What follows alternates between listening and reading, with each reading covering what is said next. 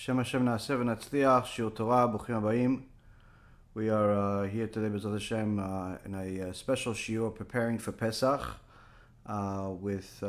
Typically we have our Igeret series today, but with Pesach being only a week and a half away, and so many questions coming in of people that asking about how to prepare for Pesach. Still, despite the fact that we've had shiurim discussing things regarding Pesach in the past, there's a lot to add that BeEzrat HaShem will do today. Things that mostly going to be halacha as far as things to do, what not to do, how to prepare. BeEzrat HaShem will go over that. Tonight's shiur will be for a refuah shlema for Avraham Yoshia Alevi ben Chaya Kila, and also for refuah shlema for Rabbanit Levana bat Sarah, Rabbanit Sarah bat Anat, Rav Efraim ben Shulamit, Avi Mori David ben Esriya, Imi Morati Doris bat Jora, and also for a Atzlacha Rabba for Shaul ben Farzane, Amir ben Shahin, Marsha bat Julie, Ayla bat Marsha, Samuel ben Marsha, Cephas ben Marsha, Alexander ben Marsha, Louis ben Marsha, and all of Am Yisrael and all of the righteous Noahides, and always a thank you for all of the supporters that continue to help us do all the things that Baruch Hashem we're doing. As a side note quickly, because there's an enormous amount of material to cover, please grab a pen and paper, try to take some notes. Of course, already make it a point to go over this because it's impossible to remember everything. There's going to be a lot of new insights, a lot of new things that perhaps you haven't heard before that are, I'm going to talk to you about things that are customs versus things that are obligations. Also, despite the main source being from the Yalkut Yosef, we will note anytime there is a difference between the Ashkenazi custom versus the Sephardi custom. Of course, a person that has a custom already, has been Ashkenazi his whole life, cannot just decide to adopt into Sephardi customs, and the same thing vice versa. But there are certain things where there is room. So a person needs to know that everything that I'm talking about is generalities that apply to everybody. I'll specify things that apply to specific people, but nonetheless, there's a lot of material all of us need to do, all of us need to apply into our lives. One of the things that I always want to remind you guys is the opportunity to do to fulfill the mitzvah of doing chesed to the poor, the orphans, the widows. Before the Chag is a special time to do it at this time. It's called Kimcha de Pischa. Throughout all of the generations, it's been a custom that you gather money together or food and distribute it to the poor. We have a campaign on our site BeEzratHashem.org. BeEzratHashem.org. You could get there, or you could just go directly to the campaign, which is bhpesach.org or bhpesach.net if you want to see it in Spanish. Baruch Hashem. So this is a campaign that we have that you're able to partner up with us to give money to the poor, so they have the ability to have a respectable Pesach.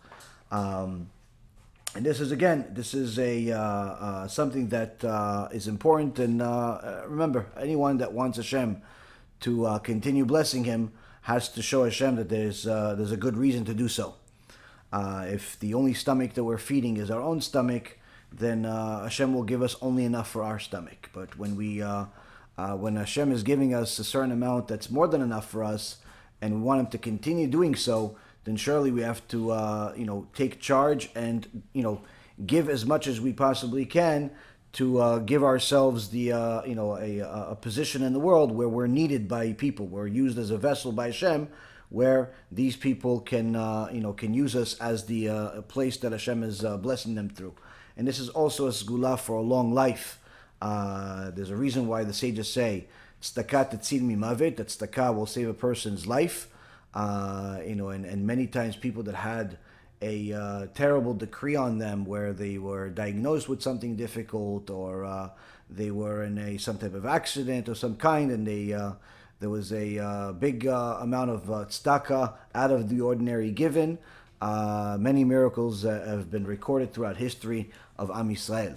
So a person that wants miracles on a regular basis makes it their business to give a lot of tzedakah on a regular basis. And remember, when it comes to giving 10%, or if somebody has a lot of emunah, giving 20% of your income, this is the skula for protection of wealth for 10%, and wealth itself if a person gives 20%. But these numbers are for the average person. If a person is extremely wealthy, or if a person is giving for the sake of Torah, there is no limitation. They can give 100% if they want, and if they can handle it. But again, always consult with your rabbi, because your rabbi will know if you can handle it. Many times people have come to me, have asked me if they should give more than the 10 or the 20%, and many times, most times, more times than not, I've told people not to do it. Just because you know the person, you know that they perhaps are excited, but not necessarily at the level where they can handle the test of giving more than that.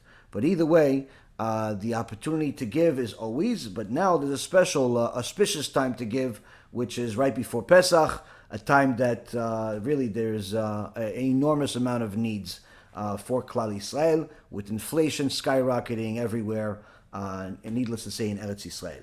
Okay, with that being said, we're going to start our shiur. We're going to start what we need to say, BeEzrat HaShem.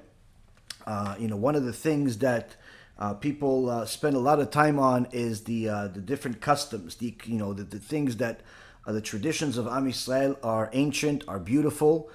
Each custom has its own value, but always remember, the custom has to have a source. Many times people add customs, add different things, and there are certain occasions where people add certain things that actually not only don't have a source in the Torah or by the sages, but are actually the opposite of halacha, and can get to a very, very serious problem. And I'll show you even an example today of how there's a certain custom among Jews today that actually is isur karet, meaning this custom is, when anyone that fulfills it, it's like they just violated Shabbat.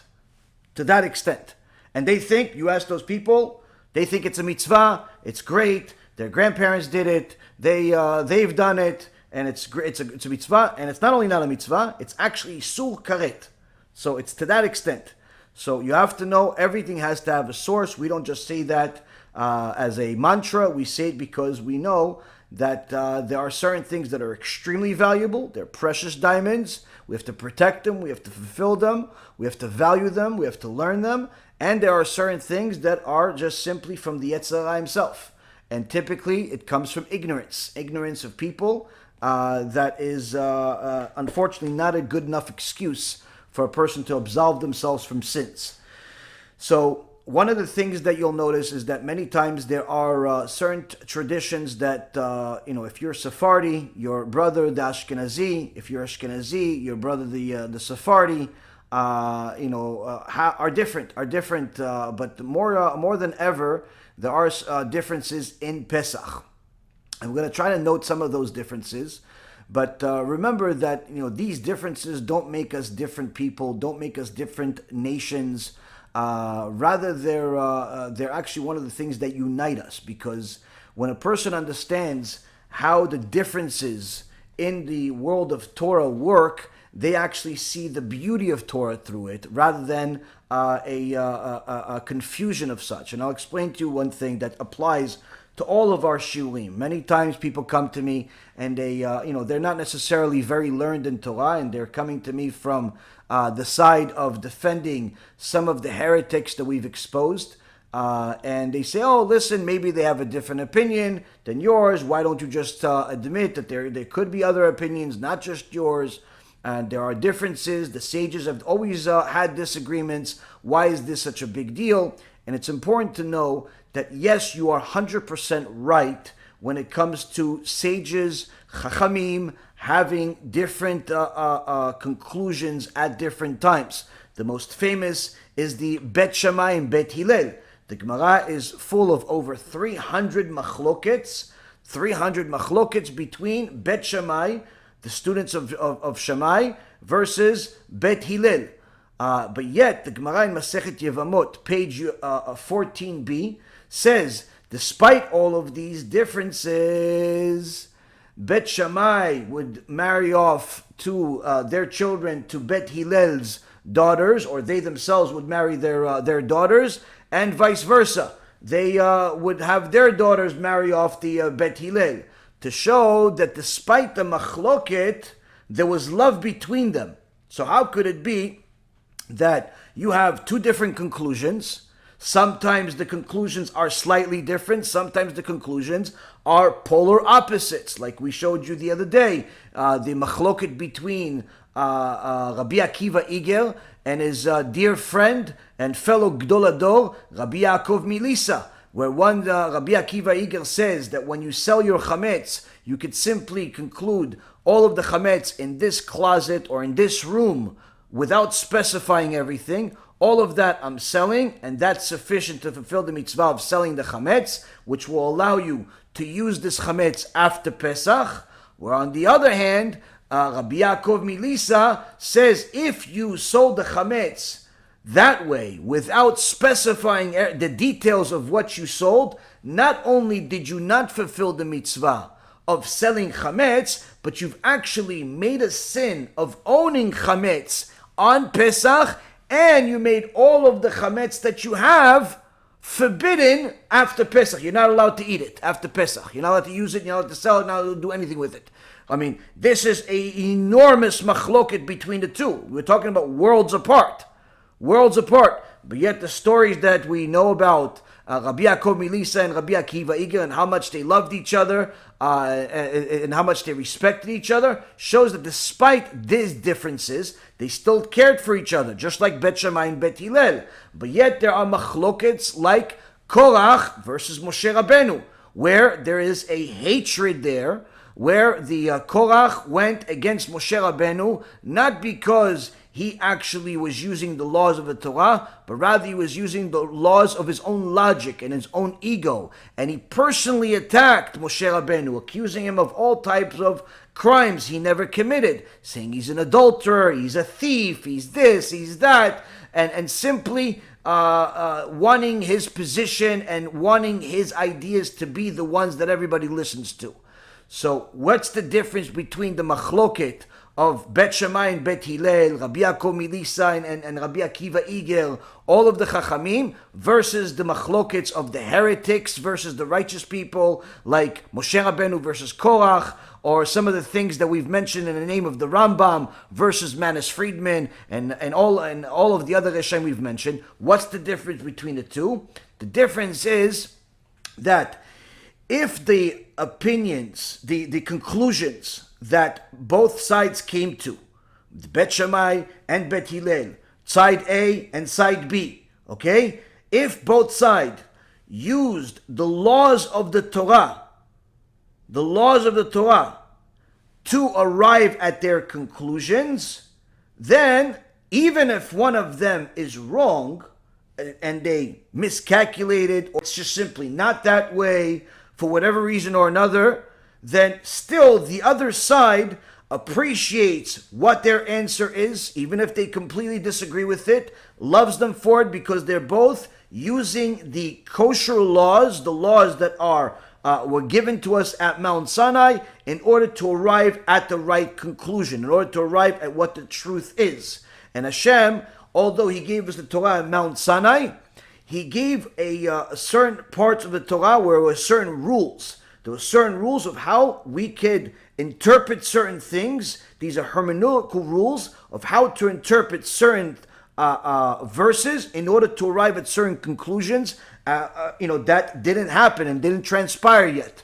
Because again, the world changed, circumstances changed, opportunities changed. So again, if Hashem would have given us every single rule that would ever be, not only would this Torah be endless as far as the size of it, but also it would not make us partners in the Torah. So HaKadosh Baruch Hu, when He gave us the Torah, part of that oral tradition was that He gave us these rules that the Chachamim use to Tell us what the bottom line is in this particular circumstance. So when two Chachamim use, they actually are reviewing an halacha, they're reviewing something, they are using the very same rules. Some of them will use 5 tools and the other one will use 8 tools. And that may be the difference between why one is right and the other one is not. Or perhaps they're both using the very same 8 tools, but one of them is understanding one of the tools or using one of the tools slightly differently and therefore arriving at a different conclusion. Still, the difference between them, the machloket between them, is for the sake of heaven, and therefore they still love and value and appreciate each other even more now than before the difference. On the other hand, when the difference between two sides, when the difference between A and B is that one side is using the laws of the Torah and the other side is simply using human logic, whether it be their own human logic or Sun Tzu's logic or Aristotle and Plato's logic or some other idol worshippers' logic, doesn't really make much of a difference. They're using their human logic, whereas here there are rules of the Torah. When you have that type of difference, then of course this is a machloket that's not for the sake of heaven, meaning that you're not fighting with this other person because you're trying to arrive to the truth. You're fighting with this person to expose their lie and thereby show the actual truth that always existed and did not change due to their heretical new opinion that they're bringing to the Torah. So here is a machloket that is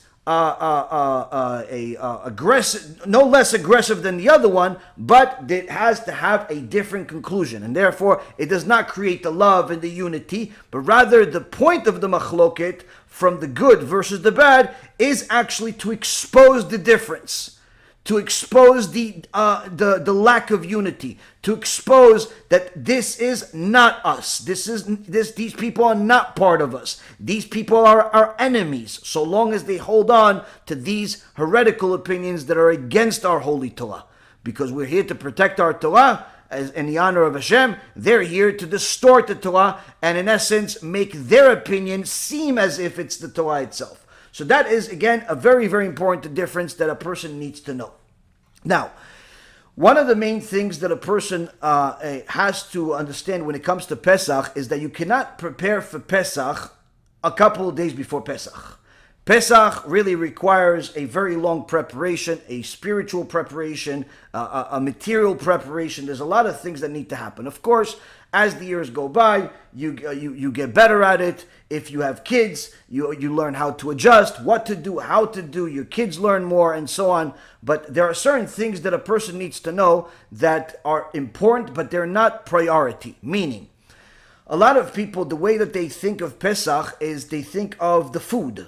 They think of the food. They think of what am I going to cook? Aside from the matzah, who's going to eat this? Who's going to sit where? And in reality, the meal of Pesach, although it's important, it's good for it to be delicious. It's good for it to be to have all different types of varieties and so on. But it's not the number one priority in Pesach.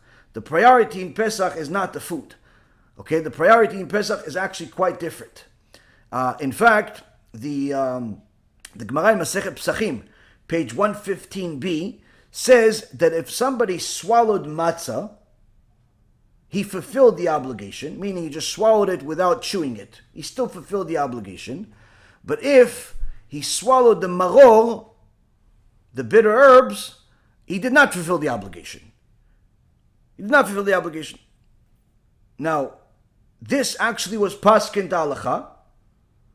The Rambam in Ilchot Chametz Matzah in chapter 2, second halacha, paskins this halacha, that if somebody swallowed the matzah without chewing, he still fulfilled the mitzvah. But if he did not chew the bitter herbs, he did not fulfill the mitzvah.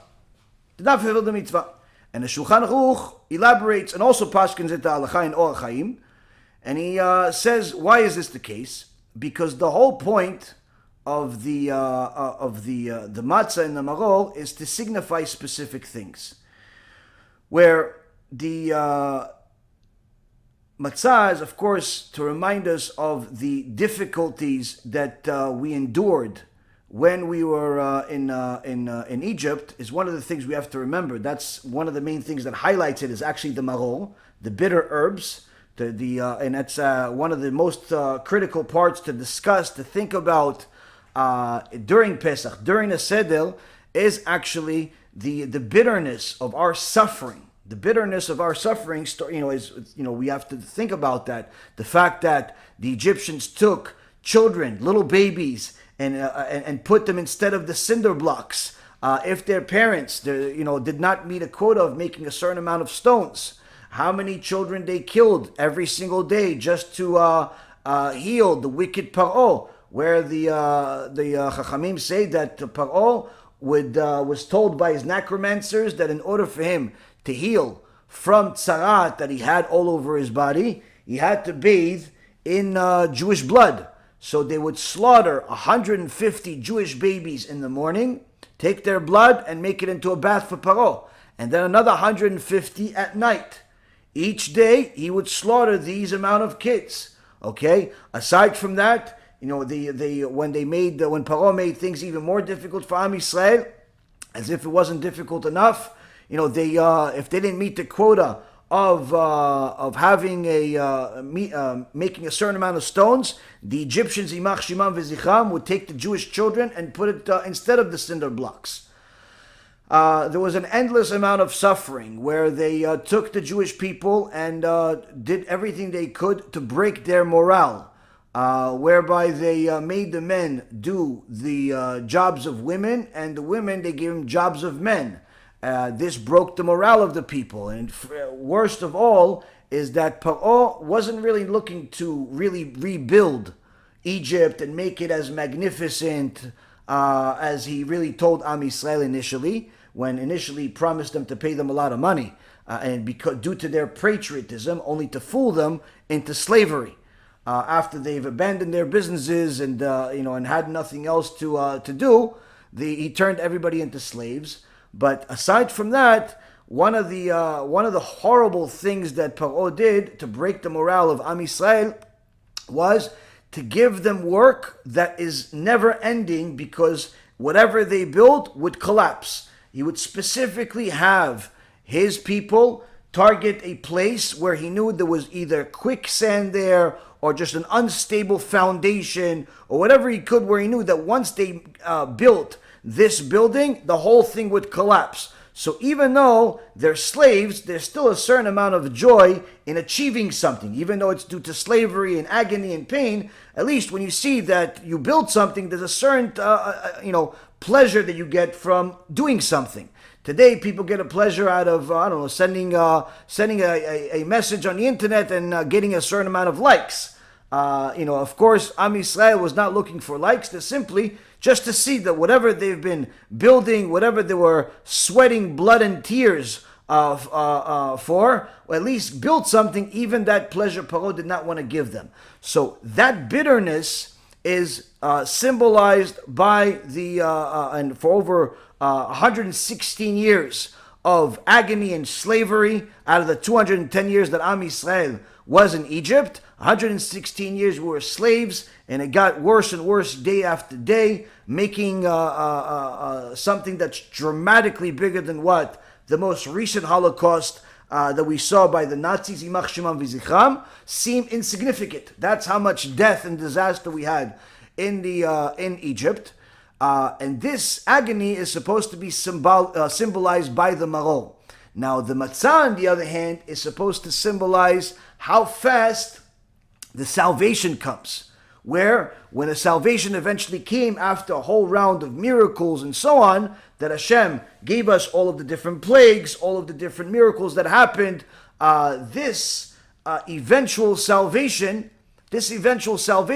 was really culminated in such a quick second that Am Yisrael was not even given enough time to make their bread.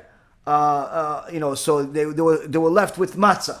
So here, this is something that is of significant value for Am Yisrael, and Rabbi Yosef Karo says that the reason why somebody that eats the matzah without chewing it fulfills the mitzvah, but somebody that does not chew the maror, the bitter herbs, and simply swallows it, does not fulfill the mitzvah, is because even if you swallowed the matzah without chewing it, you still feel a certain amount of satiation that can give you a connection to that salvation that we got. There's still something different about that matzah than the rest of the year of what you eat. On the other hand, if you don't chew the bitter herbs, you don't taste the bitterness, and therefore you're missing the key part of the mitzvah, which is to actually see yourself as if you are living through the difficulty right now. Many people can perhaps feel the freedom to a certain extent, but very few realize that one of the priorities that you have during the Seder is actually to feel the agony that we were in order to truly feel the salvation. So that's why the certain Chachamim, like the Rambam and others, that paskin that it's not just to feel and see yourself as someone that went through this agony and now has the salvation, but actually to appear as if you've just gone through this agony and now you're going through a salvation. And this is the reason why there are customs that Rabbi Efraim and his family does and other tzaddikim do, which they actually do like a play. They do like a play, and the kids, when they ask, "Oh, who are you?" and he says, "Oh, I am. I'm going to. Oh, where are you going? I'm going to Yerushalayim." "Oh, where did you come from?" "I came from Egypt." "What did you do in Egypt?" And he starts telling the story of, "Oh, we were in Egypt. We were enslaved. We, they tortured us. They enslaved us. They did this to us. And then, after all of this torture, the salvation came." But this whole play, sometimes with a costume, sometimes without. But the point is to make the whole thing as alive as possible, as real as possible, to truly feel the transition and not just focus on when do we eat. Okay? The when do we eat is not as important as the story itself of why are we here in the first place. And this is one of the things that the Chachamim talk about when it comes to this particular halakha that starts already in the Gemara, and then the Paskin and by the Rambam and the Shulchan Aruch, the Dorshe Reshumot says, yes, when it comes to swallowing the matzah without chewing, you still fulfill the mitzvah, whereas when you just swallow the maror, you don't fulfill the mitzvah. But what happens if somebody swallows the entire Haggadah? What if somebody swallows the entire Haggadah? Meaning, they're in such a hurry to get to the end or to the meal that they just breeze through the whole thing. Just quickly reading just to get through it. What's the good son, the bad son, they're all good. HaShem loves everybody. And skipping everything or just reading so fast nobody understands anything and forgetting the whole purpose of everything. Because the most important part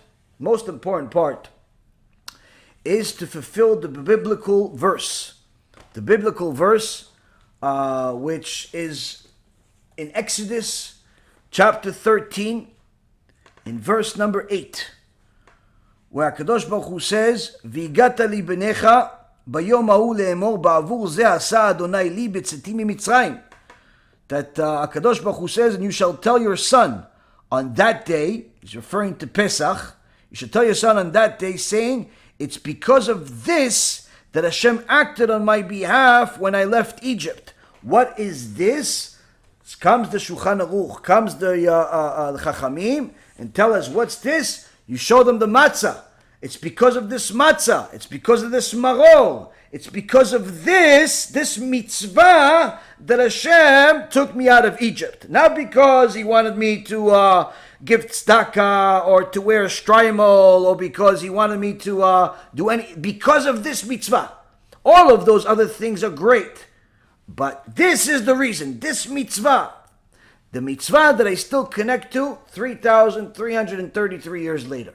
So when a person understands that there's no way that a person can truly feel, needless to say, look like they are living it and feeling that salvation, going from that agony to the salvation, if they breeze through the whole thing and just focusing on what's going to be the, what's for dinner. A person needs to know that there is a certain amount of time that you already have to take into account, that you have to invest not only in having the Seder and telling the whole story of what happened to us, of our history, of what we went through, telling it to the children. Do not concern yourself with the guests as priority, because the most important people in the Seder are the children.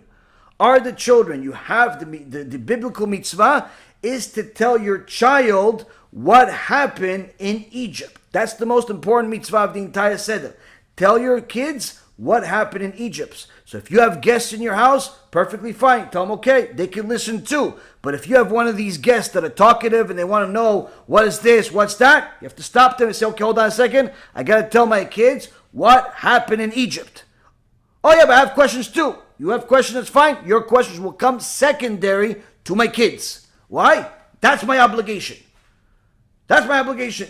Now, of course, when you're teaching Torah, everybody benefits. But you have to understand it's a very, very big deal to teach the children what happened. Now, of course, taking a half hour before the meal, another half hour after the meal, or an hour after the meal, or whatever it is, but putting a significant amount of time to actually tell the story. Not only is it something that's going to make your Seder more significant, but also requires you to prepare, to study for this. You can't just let's see what the book says and you just start reading. You have to prepare a little bit. Yeah, of course, it's okay to read here and there, but you have to come prepared.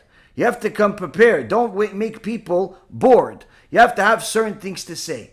And one of the great things is to learn the parashot, learn the Parashat Bo, learn Parashat Beshalach, learn the different parashot that discuss, or the midrashim that discuss the makot. We have quite a few videos, both short clips and long ones, about each one of the makot. But again, don't make just the makot the priority. Also talk about the difficulty and agony that we went through before the salvation came. Because if all you talk about is the salvation, it's very hard to feel like this is salvation. Because when you don't know where you came from, you don't really truly appreciate where you're at. And this is one of the main things that is important for a person to know. We need to always know where we came from in order to truly appreciate the blessing that we have today. Now, of course, a person that has children has to make it a priority to tell the children the story of Pesach. Like I just said, if he does not have children, then he has to tell it to his wife. Tell your wife the story, and go into it no different, no less passion. If he doesn't have a wife, if he doesn't have kids, he has to tell himself. And of course, Chachamim exchange with each other. Different Chachamim that are sitting. If there's no kids there, the Chachamim go on all night, just like we have in Haggadah itself. It talks about how the Chachamim went through the stories of what happened in Pesach the same way that we're supposed to, all throughout the entire night until it was time for Kriyat Shema. So such is the obligation, such is the importance of discussing the Haggadah. But of course, a lot of this stuff perhaps you already knew. Some of it is just a refresher. One of the things that people have trouble with is before we get to the meal. Where we're at in the first place.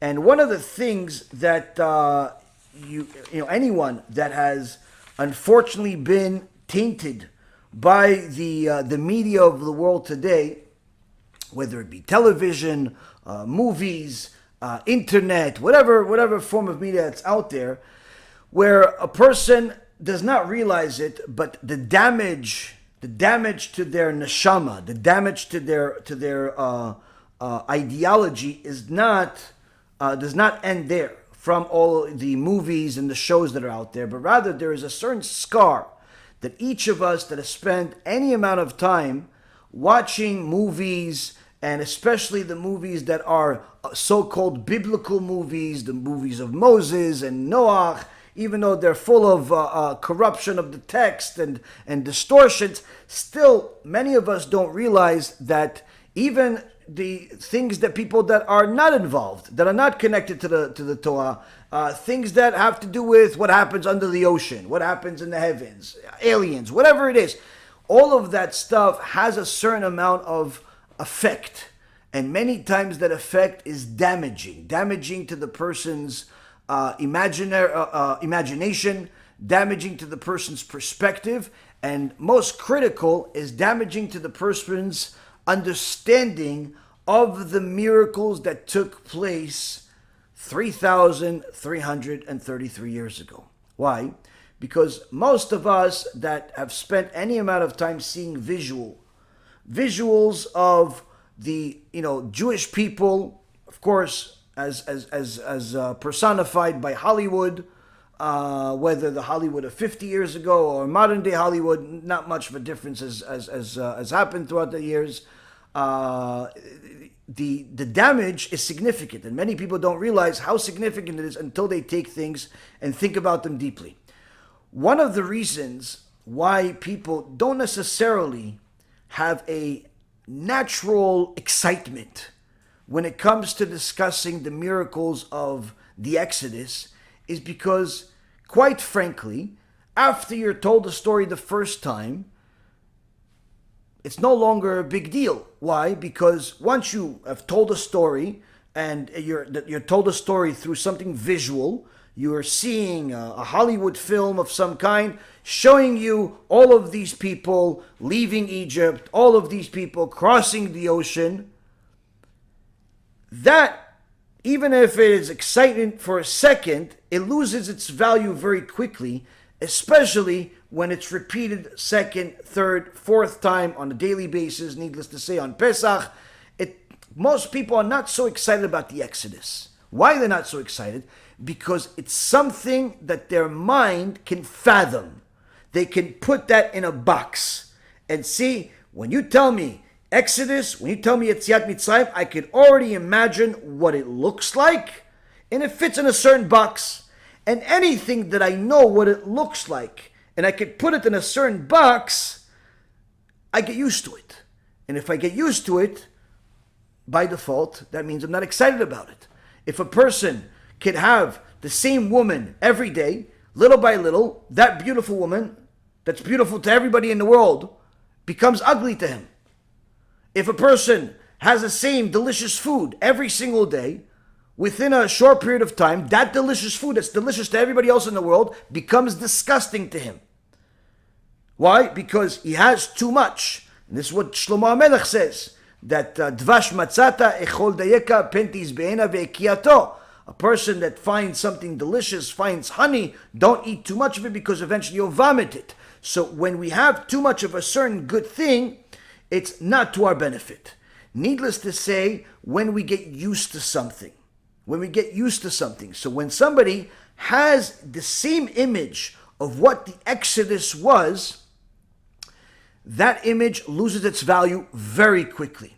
And how does a person eliminate that? First and foremost, know that all of the visuals that you have ever seen about the Exodus, about the Avot, about the Tzaddikim, whether of Tzaddikim of the previous generation, the generation of the Baal Shem Tov, Avraham, Yitzhak, and Yaakov, all of it is wrong. All of it. Why? Because the way we picture the Avot, whether it's Avraham, Yitzhak, and Yaakov, David HaMelech, Shlomo HaMelech, is just simple, lowly people. Perhaps they look more like the Afghanistanis today, that, each one of them walks around with some type of goat. Maybe if they're rich, they have a cow. They go into the market. Maybe they'll get a melon, perhaps a cucumber, because that's all they can afford. And they live in some tent or some hole in the wall. And that's their life. Everybody's just this simple person. Yeah, they're righteous, they're holy, but it's not something anyone really aspires to be.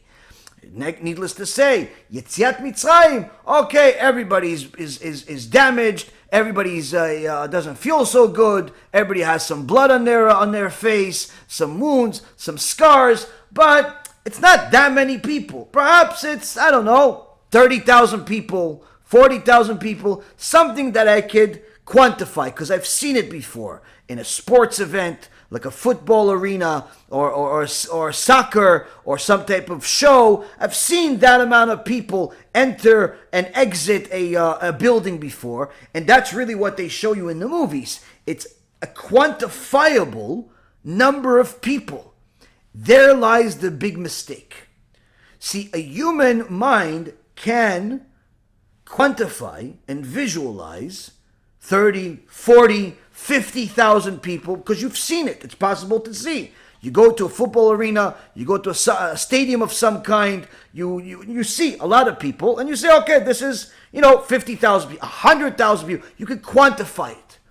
But the reality is that one of the extraordinary things about the Exodus is that it was so extraordinary, it is impossible for the human mind to quantify it, to visualize it, because of the massive scale that it was, where even if someone is going on the most conservative estimate of the number of people that left Egypt, which we're talking about several million. Of course, some of the less conservative estimates are in the tens and hundreds of millions. But the point being is, even if you want to say, okay, it was only 5, 6, 10 million people, that number of people is not possible for a human mind to visualize and quantify in their mind and actually see the correct image of. It's simply too big. You won't be able to see the beginning or the end of it. So when you visualize the Exodus, you're visualizing something that's, quite frankly, possible. It's just your neighborhood leaving. It's just your community leaving. It's just a game of baseball leaving. Like, it's not, it loses its value very quickly. So it's very important for us to know that the only way to undo that damage, that spiritual scar we all have in our mind, is through delving through the Torah and knowing that whatever image we have that's not coming from the Torah is wrong. It's wrong, and it's important for us to arrive at the Seder with that type of mindset. That's what makes it easier for us to understand the significance of the sages, how beautiful they were, how great they were, how simply different they were than anything we could ever imagine. And now it makes it easier for us to understand why HaKadosh Baruch Hu says that the Torah is what makes us free. Not the freedom from slavery made us free, but rather the Torah is what made us free. Now, most people, you tell them, oh, Torah, that's what makes us free. If the person is secular, he has no idea what you're talking about. If the person is religious but doesn't learn Torah every day, he also has no idea what you're talking about. And even if the person learns every day in the yeshiva but doesn't truly connect to the Torah, he's just doing it like a robot because he's at yeshiva, because he just needs to do it because someone told him to do it, but he doesn't truly connect to the Torah, he also has no idea what you're talking about. What freedom? I even have somebody made a comment on one of my videos as a response to somebody else that had questions, and this guy, guy said, "Oh, I think that the Jews made up the Torah," and this guy's response says, "No, we didn't, but sometimes some of us wish we made the Torah." Clearly showing that the second guy that responded is actually more problematic than the first. The first one is completely ignorant. He just doesn't know anything. The second one knows a few things, but doesn't know enough and doesn't connect his neshama enough to truly grasp what he actually has in his possession. So when we say that the Torah is what gave us freedom, we have to understand that what does that actually mean? What does that mean? One of the great things that we see in our day-to-day life is that the world around us that's not connected to Torah is addicted to something, addicted to money, addicted to physicality, whether it be the opposite sex, the same sex, a certain amount of honor, respect, in their job, on the internet, People feel like they should be admired just because they have a YouTube channel. Needless to say, if they run a Facebook group, some people think, oh, listen, I'm not going to let you in my Facebook group if you make so many posts because I founded this Facebook group or this WhatsApp group. Like, people think this stuff is really, really important, and it is important to them. It's sad that this is how they behave, but nonetheless, people always connected to something physical, something that's tangible. You know, they feel that they're better because they have a certain car, or they live in a certain neighborhood, or they wear a certain type of jewelry. And unfortunately, the world around us that is the less Torah it has, the more it connects to something that's tangible, that's physical, and unfortunately that's limited and is something that's deteriorating over time. Everything that's physical deteriorates over time. Whereas the Torah that is not physical, that's spiritual, only improves over time, where the more you have of it, the better it becomes, the better it feels, the more freedom you have. And what is really this freedom? Where the more Torah you have, the more free you are from all of these physical addictions, to money, to sex, to honor, to all of these things that actually many times are bad for you, but other times, even when they're good, they're only good temporarily. So the Torah is the freedom from all of these negative things or things that are deteriorating, because the Torah is something that is constantly improving if you continue to invest in it. So when Am Yisrael left Egypt, they weren't truly free yet. They weren't truly free because if they did not accept the Torah, assuming that HaShem would have let them live, which is not the case according to the Gemara Masechet Shabbat, that even if He would have let them live without the Torah, Am Yisrael would have still had the mentality of slaves, even without the Egyptians being on top of them. And till this day would have that mentality. And unfortunately, there are certain people in the world that have this mentality where they feel that they are just here to be slaves. They may not look at themselves as slaves and use that word, but in essence, that's what they are. Why? Because they wake up in the morning and they work and work and work and work in order to pay the bills. For what? For stuff that they have. Why? Because they want to have the stuff because it allows them to work. And so why do they need to work? So they can buy the stuff. For what? For stuff that allows them to work and get stuff. And the stuff for work. And if they realize, listen, I just got the stuff, but I don't really need it for work, then I don't really need it anymore. So I just wasted the work to get something that I don't need for work. And in reality, they end up working and say, yo, maybe I need a vacation. Oh, okay, great. So how do you get to a vacation? By working extra, by getting less of what you want in order to get what you want later on. In essence, it all is based about this cycle, this never-ending cycle, just to continuously feed this monster, feed this physicality, feed this body. So the freedom that a person can get by learning Torah, by living Torah, is something unimaginable. It's something that you could only experience it to know what I mean. If you experience it, you know what I mean. If you haven't experienced it, this is simply a fantasy to you. So that's the first. That's the first thing that we have to understand when we're talking about the Yetziat Mitzrayim. We're not just talking about the Exodus in a sense where we physically left Egypt, but rather because we left a place of slavery and started our journey towards freedom, which culminates at Matan Torah. Now, to get to that point, we all start at the month of Nissan. Okay, the month of Nissan, which just began a few days ago.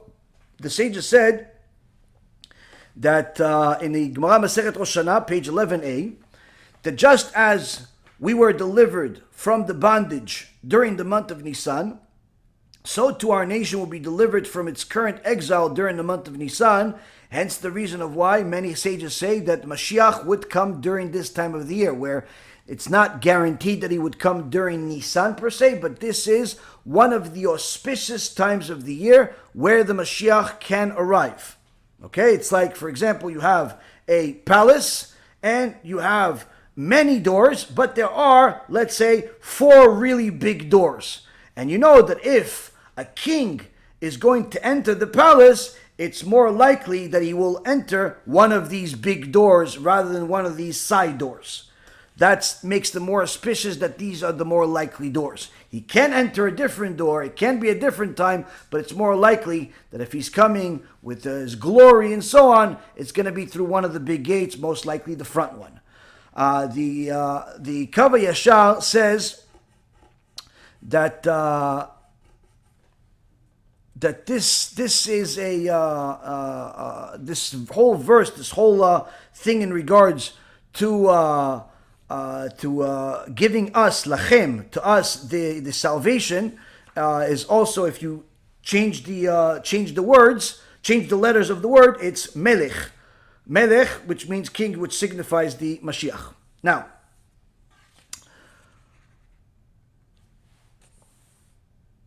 one of the things that it's important to know about the month of Nissan is that we do not say tachanun. We do not say vidui on during our prayer during the entire month of Nissan. Okay, so typically for everyone who doesn't know, we don't say vidui, the tachanun in the prayer during Rosh Chodesh or during Yom Tov or Shabbat, but the month of Nisan is a month of miracles, and therefore the whole month, from the beginning of the month until the end of the month, until actually the second day of the next month, we don't say vidui. We don't say vidui during that time. Now, one of the things that we have during this month is the blessing over the trees. Rabbi Chaim Palachi in Sefer Moed Lekol Chai, he said that there's an extraordinary importance to this mitzvah, where we recite the annual blessing over the blossoming of fruit trees. And he explained that we recite this blessing because it frees the souls that have been entrapped and reincarnated in the soil and the plants of the field, enabling them to finally reach their resting place. And the source for this concept is in the Zohar Kadosh, in the third volume, Parashat Balak, page 196b. The Chida also said in his Moreh Ba'etzah that, and so did Rabbi Eliezer Papo in Chesed L'Alafim, that there's an extraordinary importance to this blessing of blessing the fruit trees during this time, and it's important to do it with great concentration so that it'll have a maximum effect. Now, not everybody will merit to free an actual soul from a that's reincarnated into some fruit, but nonetheless, every one of us can merit the actual mitzvah itself to do this blessing. And a person should actually add a prayer asking HaShem to have mercy on these souls,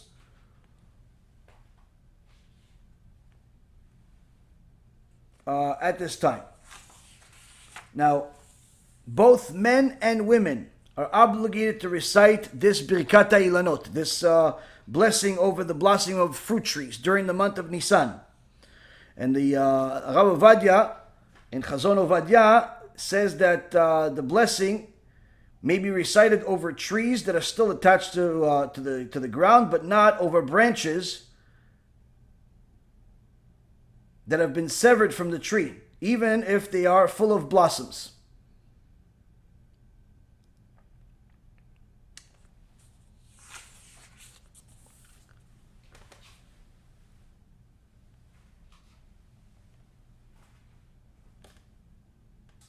Also, Rav Ovadia says that a person may say this blessing only if there are at least 2 blossoming fruit trees in view, whether they're the same species or not.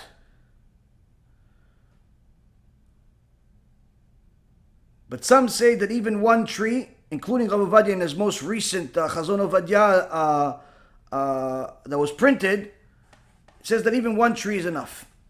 Either way, there is plenty of material out there on the net that talks about this Birkat HaIlanot. that is the time to do it is the month of Nissan.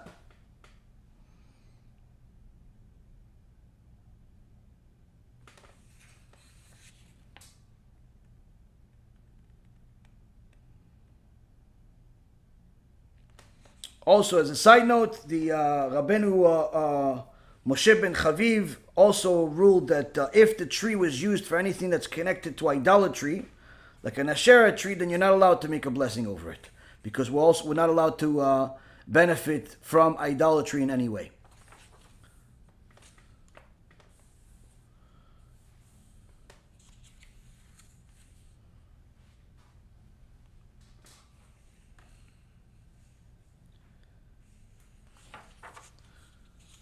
Next, Shabbat Hagadol. Shabbat Hagadol is the Shabbat that is right before Pesach.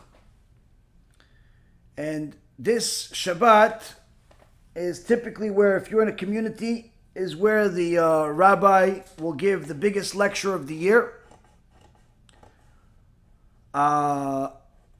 discussing things pertaining to Pesach, the Exodus.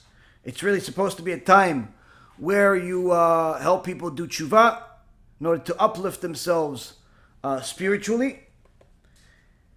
And why is Shabbat Hagadol called Shabbat Hagadol? Because this time is where the Egyptians asked Am Yisrael what they were planning to do with the lambs that they purchased right before HaShem allowed them to leave Egypt. Because after the plagues, HaShem commanded Am Yisrael to get these lambs, tie them to the beds, and then slaughter them after a few days, and make sure that they make enough noise for the Egyptians to come. Now, of course, when Moshe Rabbeinu heard this, he said that Am Yisrael is going to be too scared because the Egyptians will kill them, because these goats are the Egyptian gods.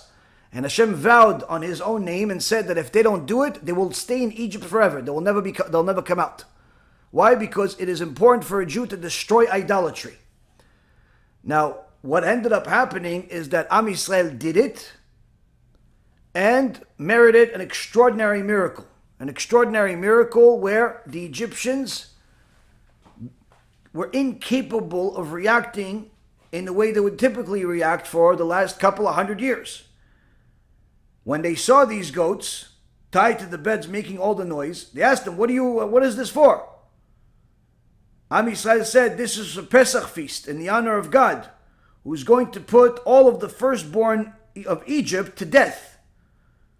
He commanded us to slaughter these lambs and smear their blood on a doorpost and lintel of our homes, and thereby protecting our homes from the rampaging murderous spirits that are going to kill your sons. All of the firstborn Egyptians were too scared to go against Am Yisrael, and they started protesting against their fathers and against Paro himself, causing a civil war, and demanding that Paro let Am Yisrael go, so they get spared and they don't end up dying, because they believe that this is going to happen. Of course, the leaders of Egypt, Paro especially, did not care about this, and eventually this became a violent protest and a civil war where a huge amount of Egyptians died, were killed as a result of it. And this is what it says in Tehillim, in Psalm 136, verse 10, to he who smote the Egyptians with their firstborn, meaning at the hand of their firstborn. The firstborn, before HaKadosh Baruch Hu killed them, HaKadosh Baruch Hu used those firstborn Egyptians to kill their brothers, to kill their fellow Egyptians. And after the Egyptians realized what happened, they armed themselves to attack the people of Israel and avenge their death.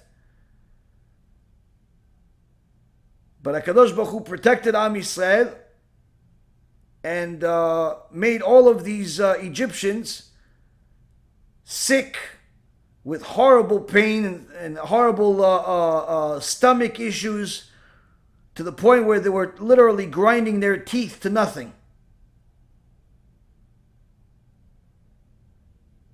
And this is one of the great reasons of why it's called Shabbat Hagadol, where a person can see that when we had big bitachon, a lot of faith in HaShem,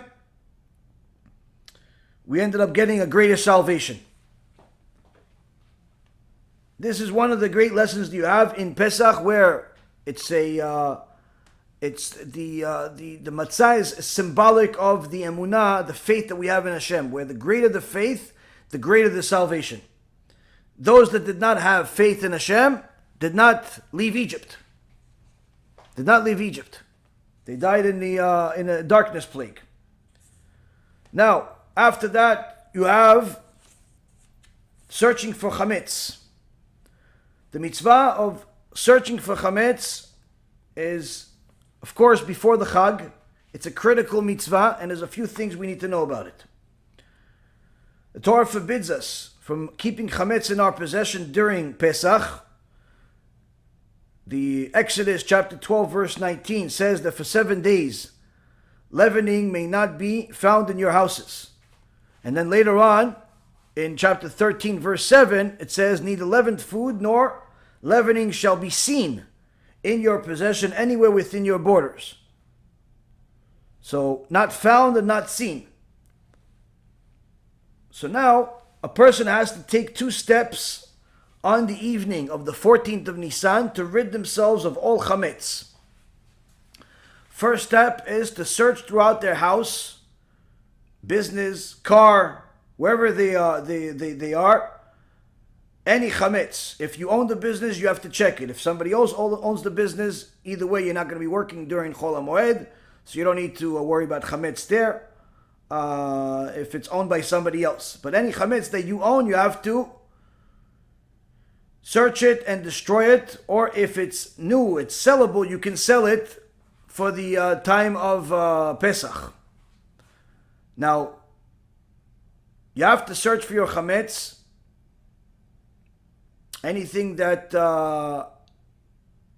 you can find that you're not aware of, especially if you have kids, you have to do bigger searches, because of course kids are known to put little cookies and bread and different things in the strangest places. And it's important for parents to know that there's really no limitations when it comes to Chametz. Rabbi Yaakov Kuli, the Baal Mi'am Loez, there was always one of the psaks of the Chachamim that you have to check the rice, you have to check the beans, you have to check all these different things. And technically, if there's certain things that you grow that don't grow next to Chametz, so why do I have to check all these things? Until Rabbi Yaakov Kuli by himself said, I saw a little kid literally take a piece of bread and throw it into the sack of beans, and throw it into the or rice or whatever it was. I think it was beans,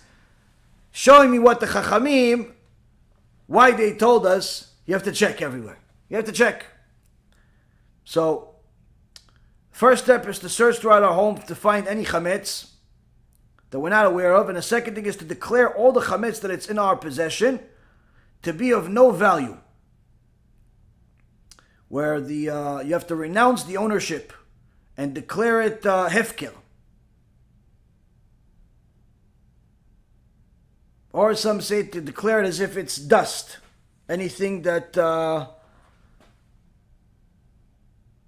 Now, if a person says this, but he doesn't really mean it, then he should know that it doesn't count. Meaning, this is one of the places where if you don't have kavanah, you don't have meaning when you say these things, then in Shamayim, it counts like you did nothing. So when you say, all the chametz that I have, that I, in the beginning, you say the chametz that I saw is, that and you haven't sold it, this is, this is efker. It's not, it's null and void. The next day you change the blessing. It's the stuff that you saw and the stuff that you didn't see. Right before you burn the chametz that you saw, you have to. There's a secondary blessing which we'll discuss in a moment.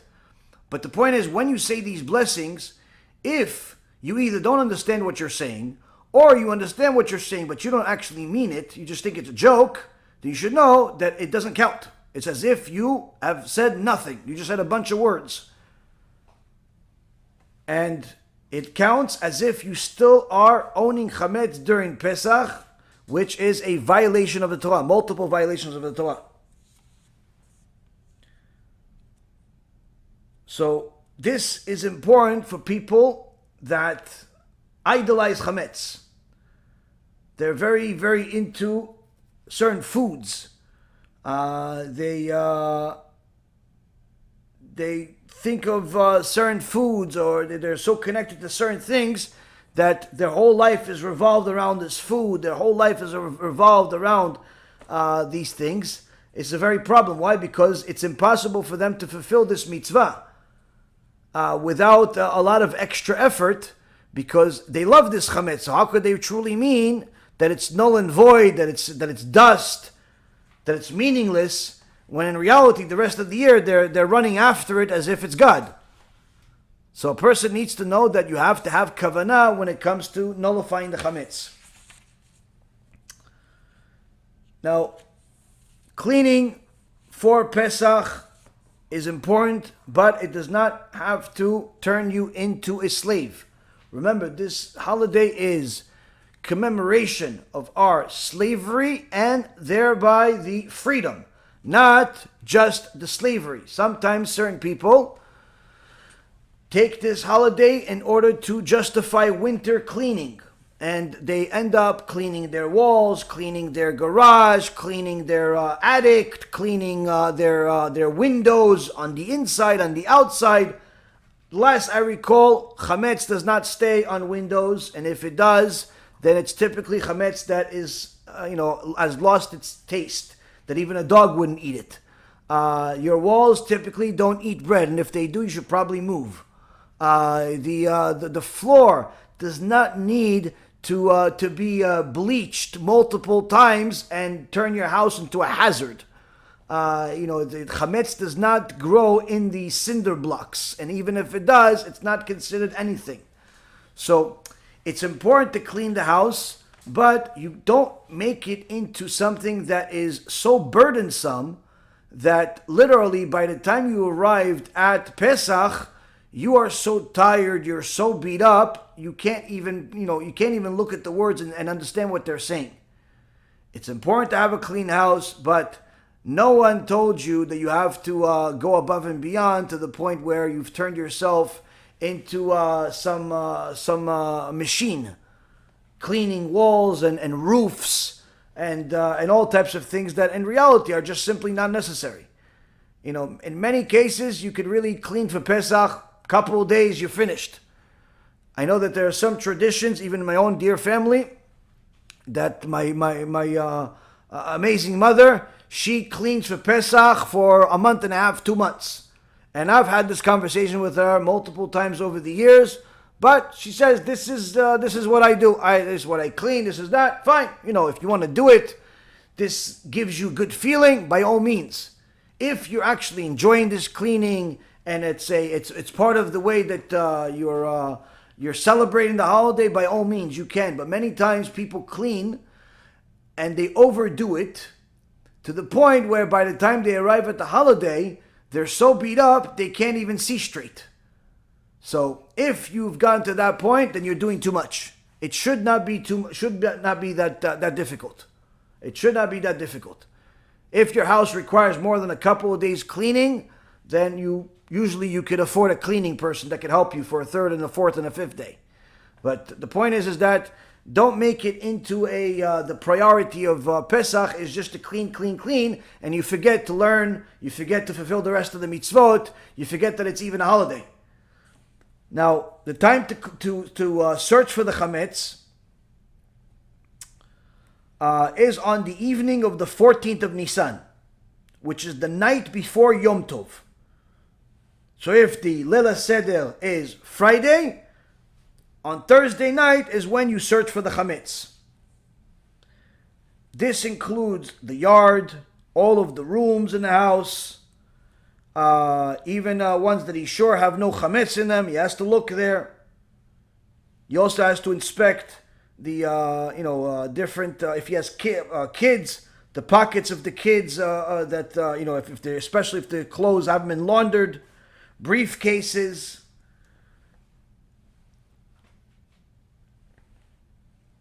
Drawers, all types of things, everywhere they possibly can. Searching for Chametz should start at the evening of the 14th of Nissan. It should be done with a flashlight. You don't necessarily need to make the house pitch dark, but the house should be darkened. Using a flashlight is okay, halachically. There's no problem with it, especially since many people have kids, and to have kids with a candle is a fire hazard. It's a danger. And especially since the houses today are much bigger than the houses of yesteryear. So it's going up and down the stairs in different rooms and things being a lot more flammable. It's better to use a flashlight. Of course, don't wait to know whether you have a flashlight on the 14th of Nisan. After this shul, check that your flashlight works. Check that you have batteries.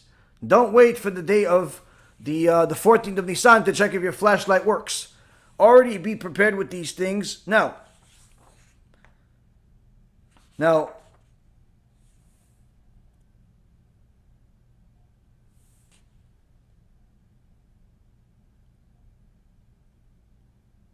Person has to know that once the time for prayer has come, if he hasn't recited Arvit before dusk, then he should say Arvit, the prayer of Arvit, and then start the searching of the Chametz. But after he prayed and it's the time for him to search for Chametz, he can't go and start studying Torah or eating or anything like that. He has to go look for Chametz.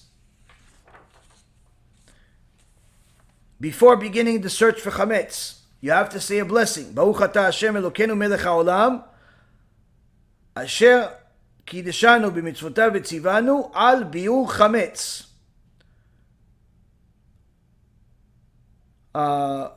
Bless you, Hashem, the King of the world, that sanctified us with his mitzvot and commanded us to uncover the Chametz.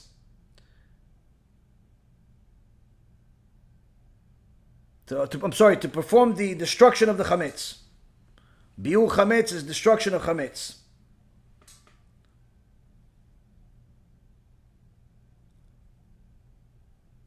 We don't recite this blessing specifically because we're searching for Chametz, since the act of searching is only a step leading to the goal of getting rid of the Chametz.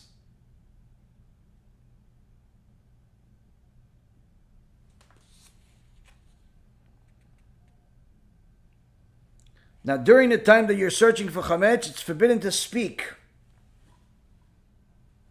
After you made the blessing, and you have to stay focused, looking for Chametz. You shouldn't have mundane conversations, go outside, smoke a couple of cigarettes, none of that stuff. You have to focus on finding Chametz. Why? Because having Chametz on Pesach is a sin. And it's not a small one.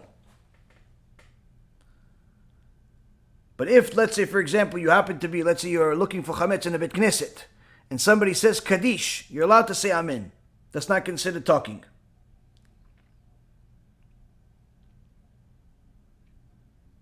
If you started looking for Chametz without saying a blessing, you can say the blessing at any given moment so long as you did not complete your search. We don't say the Shechianu blessing on the looking for Chametz.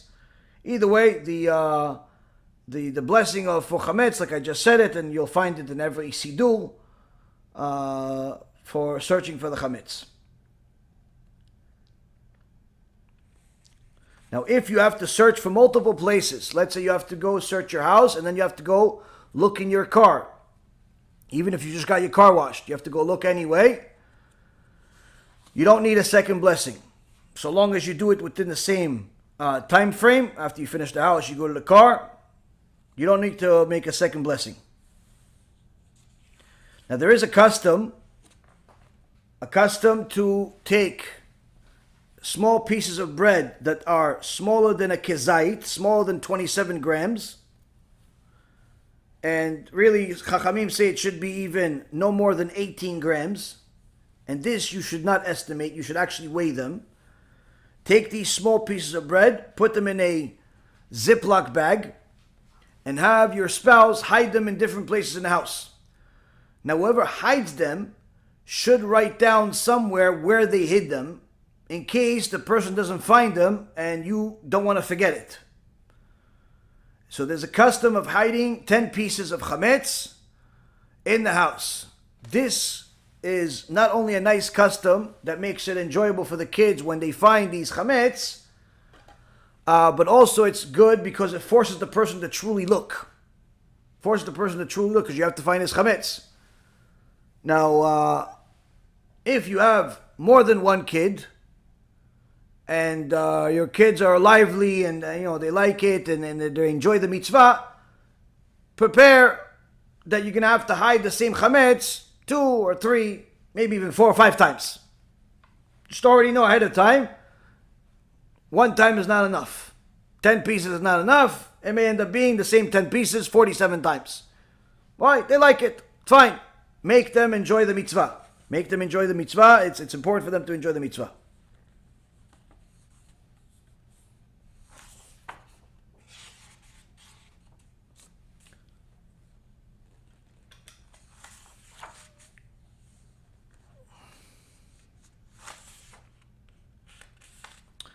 Now, as far as inspecting, you have to inspect everywhere, but you don't need to inspect your books. Because even if, let's say, for example, somebody ate a cookie while they were reading and learning, and a little crumb went in there, the crumb is not significant enough to be considered chametz. It's not big enough. So even if there is one, you don't have to be concerned of, and you could still, throughout the entire holiday, study from all of your books and not be concerned about if there's going to be a little crumb that you found or could be there. Don't worry about that stuff. Now, of course, there are poskim like the Chazon Ish that were more stringent and said that you should, you have to inspect all of your books for crumbs, even though the crumbs are certainly less than a kezait in volume. But Rav Ovadia in his Yabia Omer says that many Rishonim, many of the sages of 900 years ago, 500 years ago, as well as in the last couple of 100 years, were against this stringency and concluded that there's no halachic basis for it. The same was said by Rav Tzion Abba Shaul, that there's no reason for this stringency of looking for chametz inside books. After completing the search for chametz, everyone has to declare that the chametz is null and void, any chametz that is remaining in their possession that they're not aware of.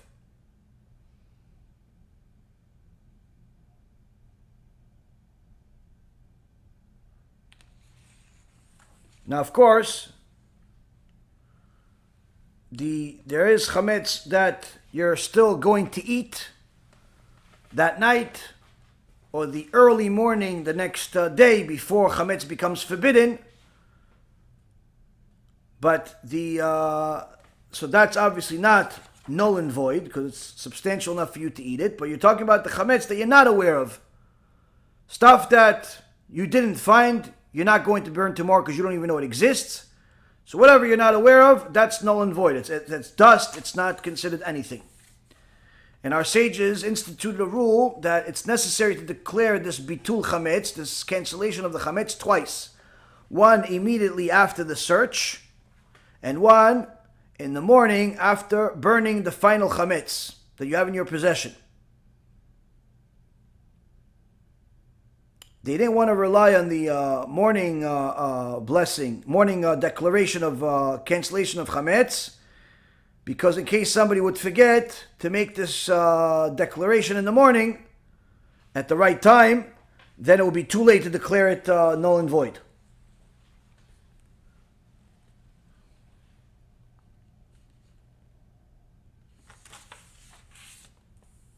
After the search, and a person says the bitul chametz, just the blessing, so you know, in case for whatever reason you don't know it, and it's not in your siddur, it's saying, you have to say it in words that you understand, which is any leavened food, any chametz, or leavening in my possession that I have not seen and have not destroyed is hereby considered null and like dust on the ground.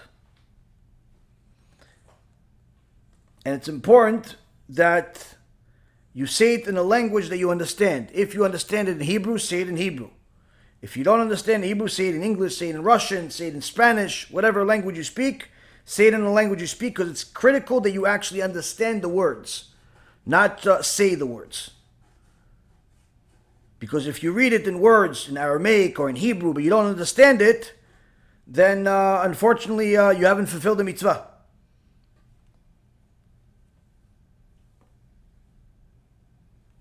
Some have the custom of saying it 3 times. Like saying the same thing, saying the same text I just said 3 times, one after another. It's not an obligation, it's a custom, but nonetheless, it's a something that has many Torah sources. Now, the declaration of bitul chametz in the daytime, the text is slightly different. It says that any leavened food or leavening in my possession, whether or not I have seen it, and whether or not I have destroyed it, should be considered null and like the dust of the ground.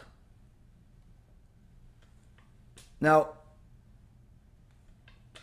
that this is said only after the last bit of chametz that you have has been burned up. Because that's when you officially fulfill the mitzvah of destroying the chametz. If you say this blessing before the chametz has been burned, then you did not fulfill the mitzvah. Both men and women are equally obligated in fulfilling the mitzvah of destroying the chametz. And if you're married, the husband can do it on behalf of the wife, if she wants. She could just say amen and just listen to him because in essence, it's his property. But if, let's say, the husband is traveling, then the wife can say it on his behalf.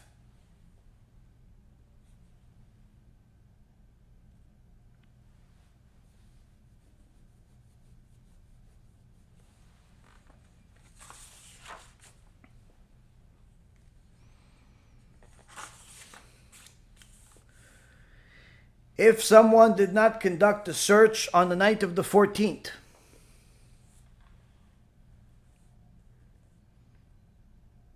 he has to do so as soon as he remembers and says the blessing. If he didn't do it during the day either, then he has to do it whenever he remembers, as soon as he remembers, even if it's during Pesach.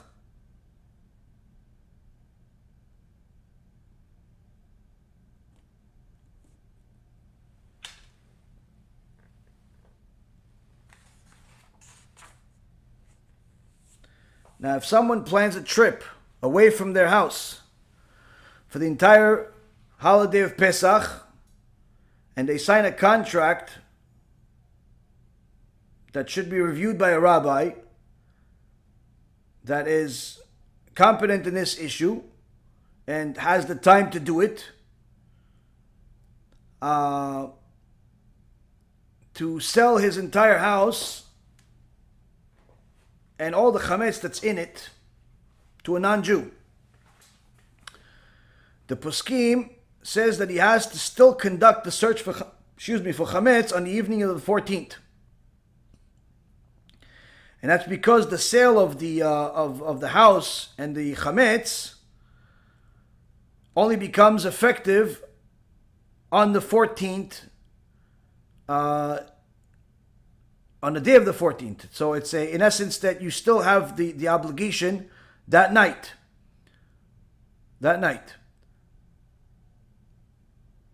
But if you're going to travel beforehand, meaning you leave your house, let's say on the 10th or the 9th or something like that, if you can make a search, you should. If you can't, there's room to be lenient. Now, if you're renting a place during the holiday, Baruch HaShem, there are many people that are traveling away from their houses on Pesach.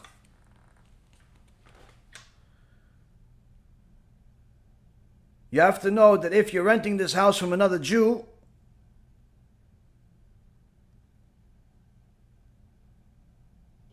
and you're beginning your stay on the 14th of Nissan, then you are required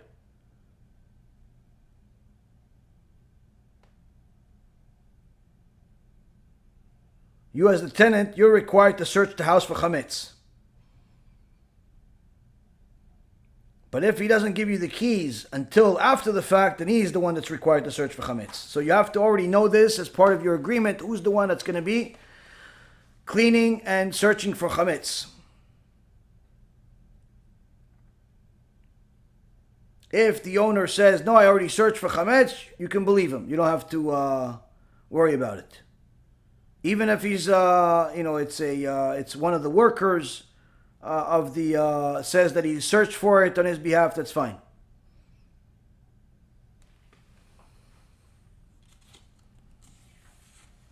Now what happens if your kid brings Chametz into the house during the holiday?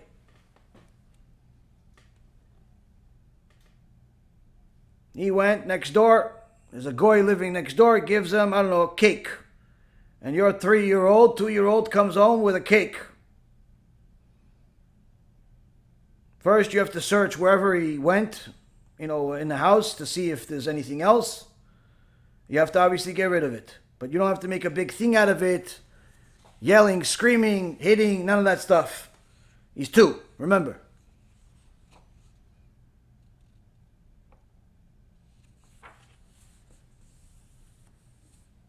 Now, during Pesach, it's forbidden to eat at the same table as non-Jews that are eating Chametz, even if the 2 people are eating on separate tablecloths or placemats. And if there are 2 Jews who wish to eat on one table, and one is eating meat and the other one is eating dairy, let's say during the rest of the year,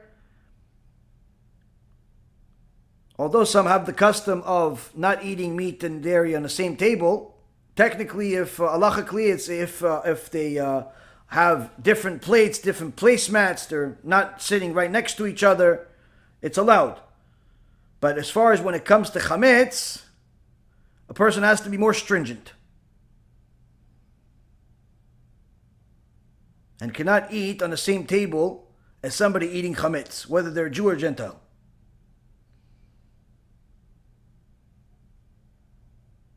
But if you have, let's say, for example, during Chol HaMoed, you have some type of work that needs to happen in the house, the lights are out, something needs to be fixing, and it can only be done during Chol HaMoed, and you have a non-Jew enters your house, and he works through the day, and he brought lunch with him, of course.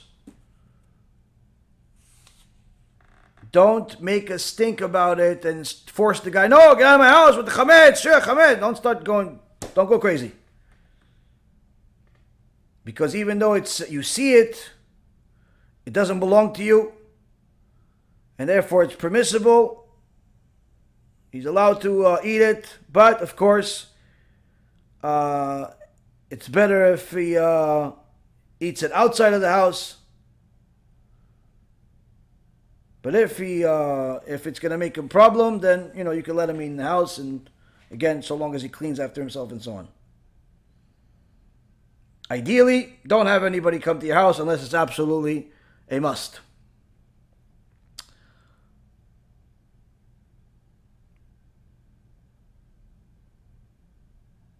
Now, there are certain things that contain Chametz, but they're not considered Chametz. like a shoe polish, certain medicine, tablets, and so on. Now, these things, although they have different types of chametz ingredients, you know, the certain glues to stiffen a hat, that comes from dough, there's certain shoe polish and so on, that you don't have to worry about because that's not, you know, nobody eats that. Nobody eats it, it's not edible, so you don't have to worry about that type of chametz. Also, for those of you that are smokers, if you smoke cigarettes, even though it's they're glued with a paste that is typically made from chametz, since that chametz is no longer edible or recognizable, it's allowed to smoke cigarettes during the Chol HaMoed. Of course, don't smoke on Shabbat. But you're allowed to smoke cigarettes during Chol HaMoed as far as chametz is concerned. For those of you that smoke the pipes, what's that thing called? Vape. That, as I told you the other day, Rav Auerbach is stringent and says that since they do have a taste, even though you technically don't consume them, they do have a taste, you should have a kosher for Pesach vape juice. But pshat, since you don't really consume it, you don't have to have a kosher vape juice or oil. But when it comes to things that you actually do put in your mouth, like tobacco, where this is in essence is being consumed, that does have to have kashrut. Now, the Torah makes chametz forbidden from midday of the 14th of Nissan. And to know the exact time, halachically, it's the exact middle between dawn and dusk, according to the Jewish calendar. But the best thing for most people, download one of the applications, whether it's CalJ or Zmanim or other ones that tell you the exact time of when you're no longer allowed to eat chametz or possess it. It'll tell you the exact time. That's the time that you go by, wherever your location is, according to your zip code and so on.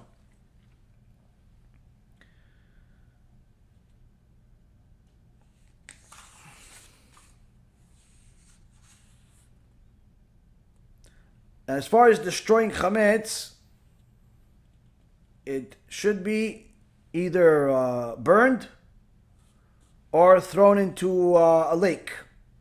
Or you could throw it in the garbage. But if the garbage is not going to be taken out, some chachamim are a little stringent and they say it's better that you burn it than leave it in the garbage, if it's possible for you to burn it.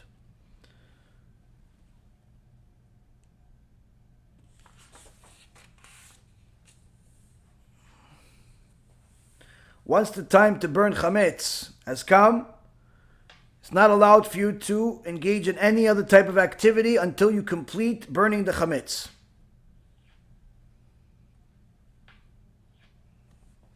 Now, if somebody finds chametz in his house during Chol HaMoed, meaning it's already, you finished the Seder, now you're at Chol HaMoed, and you found chametz in your house. Remove it from your house. Of course, obviously don't eat it. And if you found it on Yom Tov, then cover it so nobody else sees it. And then you have to destroy it. You have to throw it in the garbage or flush it down the toilet. But if it's on Yom Tov itself, you're not allowed to pick it up and throw it in the garbage because it's considered muktzeh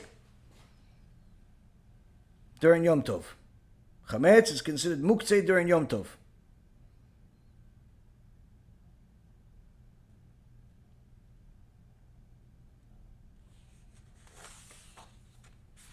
Some chachamim say that if you found it on the second day of Yom Tov, then you're allowed to carry it and throw it in the garbage or in the toilet. on the second day of Yom Tov.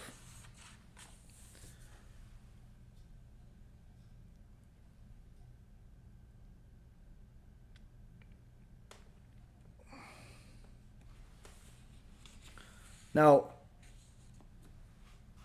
when it comes to food that has chametz, you have to make sure to know exactly all the ingredients that you're eating, and not and make sure that what you're eating is kosher for Pesach. If it's fruits, vegetables, obviously does not need kashrut. Everything else should have kashrut for Pesach, even though there are certain things that do not need kashrut for Pesach.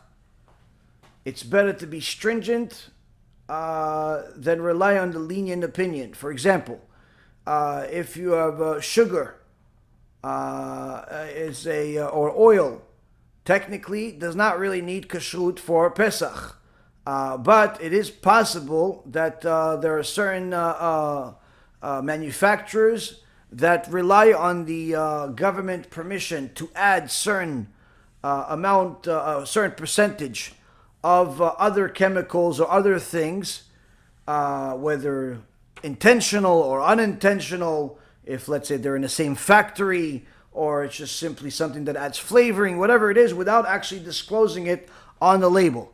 So there could be a certain percentage of chametz in this oil or in this sugar or other things that technically do not need kashrut. So technically there is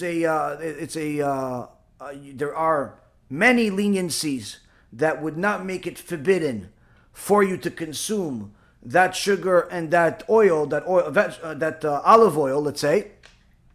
Still, if you can get kosher for Pesach, sugar and oil and things of that nature, then it's better for you to get that kashrut on that and not rely on the leniencies, according to Rav Mutzafi, Shichyeh, and many other Chachamim. Now,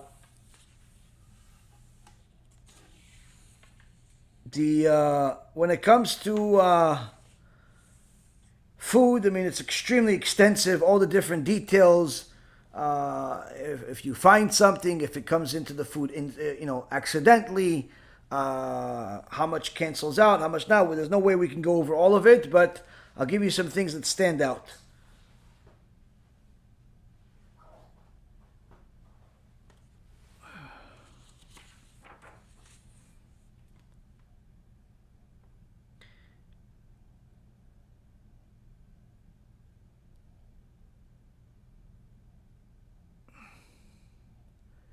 Now, if chametz becomes mixed with other food during Pesach, whether it's the same type of substance or something else, it makes the entire food forbidden. If it's during Pesach.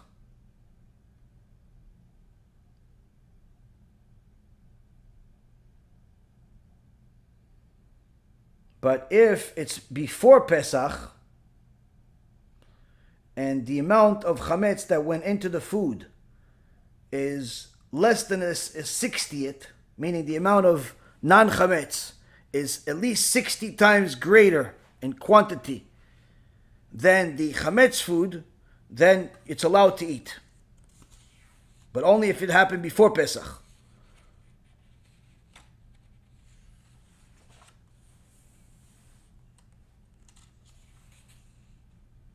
Also, as a side note, just so you know, citric acid. Any food that has citric acid comes from wheat.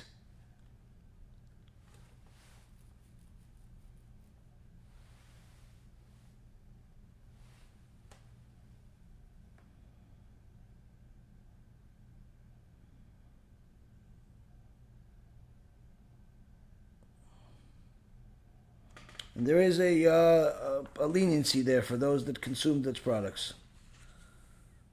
It's if it was added to a food.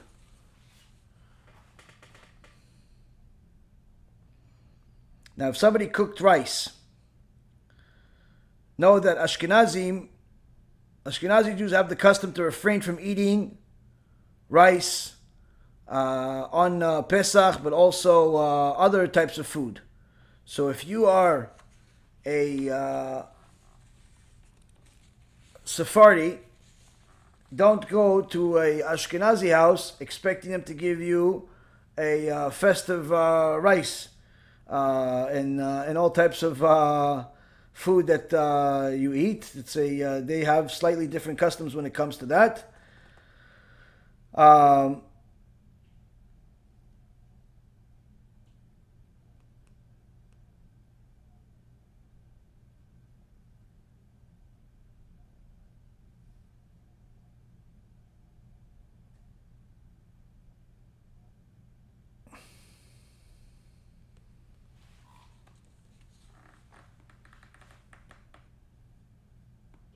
Salted cheese or salted fish, where the salt was not inspected to make sure that it's free of crumbs of Chametz.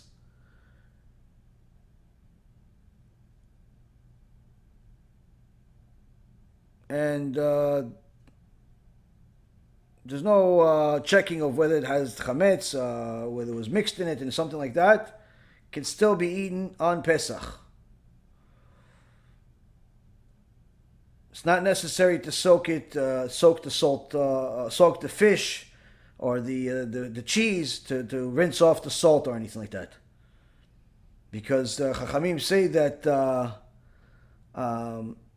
salt is salt. It's not one of those things that you have to be concerned about.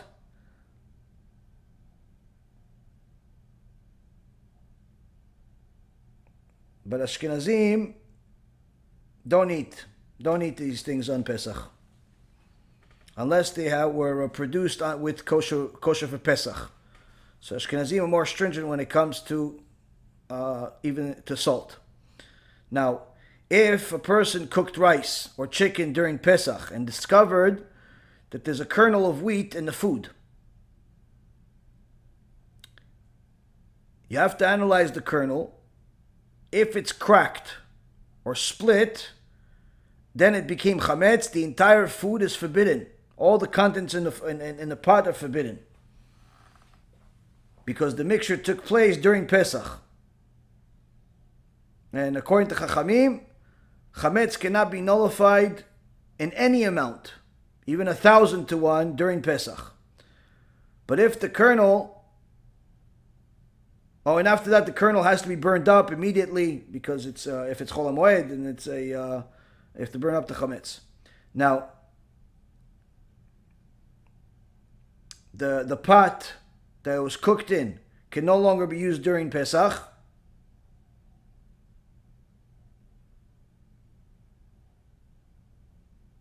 But if you want to, in essence, clean it to reuse it on Pesach, you'll have to purge it again. But it has to be done on Chol HaMoed, by at least 24 hours later.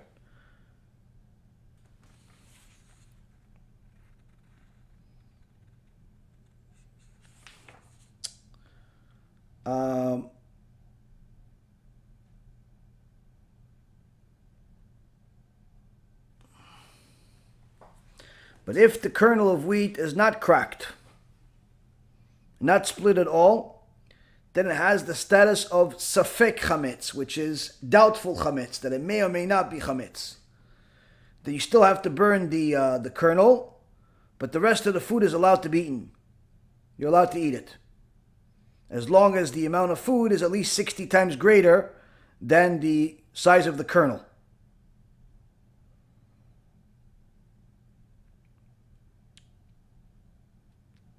Ashkenazim, on the other hand, are more stringent in all of these cases, and regardless of whether it's cracked or not, they do not allow you to eat it.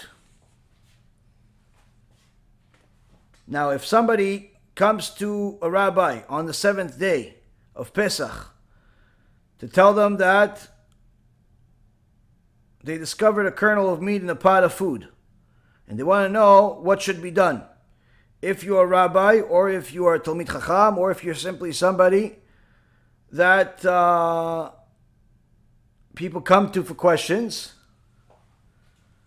if it's on the 7th day, don't answer them. Tell them that you'll have to get back to them and, in essence, wait until the Chag is over and then find out whether it was Chametz or not. But that's only if it's on the 7th day.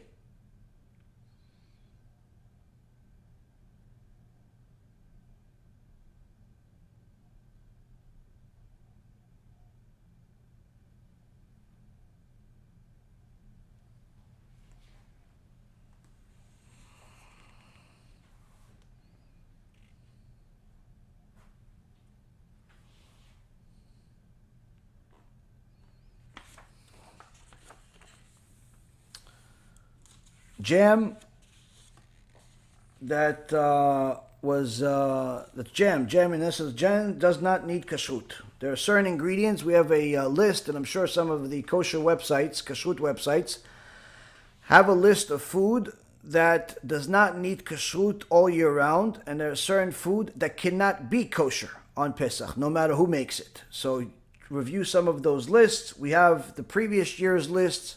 I haven't seen one yet this year, but I'm sure one of the OU or CRC or one of these kosher organizations has a list of food that does not need kashrut for Pesach, and some food that is cannot be kosher for Pesach no matter what. So you can review that as well. Jam is one of those foods that does not need kashrut.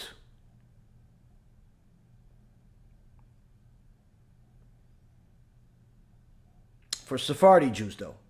Okay, Sephardi Jews. Ashkenazim are more stringent, and they only eat things that have kosher for Pesach on it.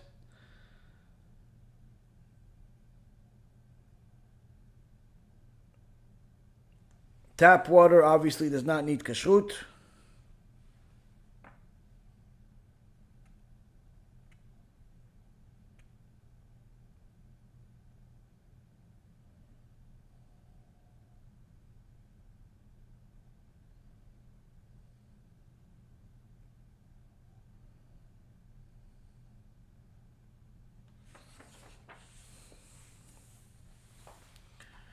If you are in Eretz Yisrael, even though you should know that even though the water comes from the Kinneret, which of course some people put their Chametz in there, you're still allowed to drink tap water from the Kinneret.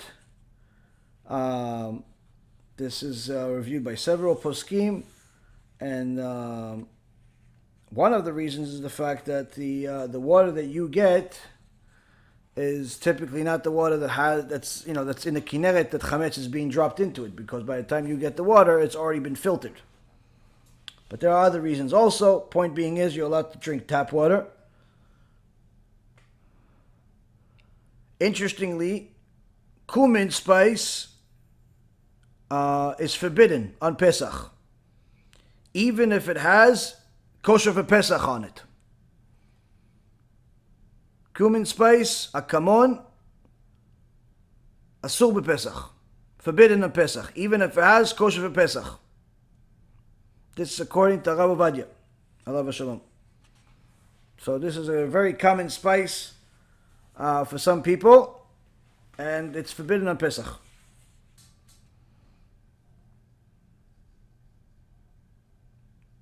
Now, there is our sages taught us that if there's a non-kosher ingredient that is added to a kosher food, but it detracts from the quality of the food, it does not render the food non-kosher, even if the mixture contains less than 60 times the volume of the non-kosher ingredient.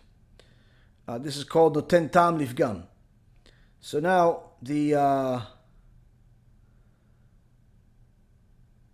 regardless of how old the non-kosher substance may be, if it enhances the flavor of the mixture, it makes it forbidden. But if it detracts from the flavor, then it's not forbidden. So some of the examples of this is, like I said before, where you have a certain non-kosher food is cooked in a utensil. More than 24 hours have passed. Let's say you live in a house with some of your housemates use your pots and pans. Okay, and they cooked non-kosher food 24 hours ago.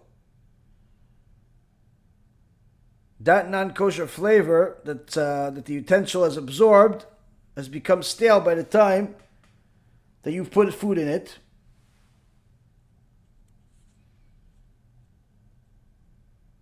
So if you've already cooked in it, you're allowed to eat it. So in essence, this is important to know for the following halachot. If you have cosmetics, some of these cosmetics use ingredients that are chametz, you don't have to worry about it because typically normal people do not eat cosmetics. If you're eating cosmetics, please seek psychological help.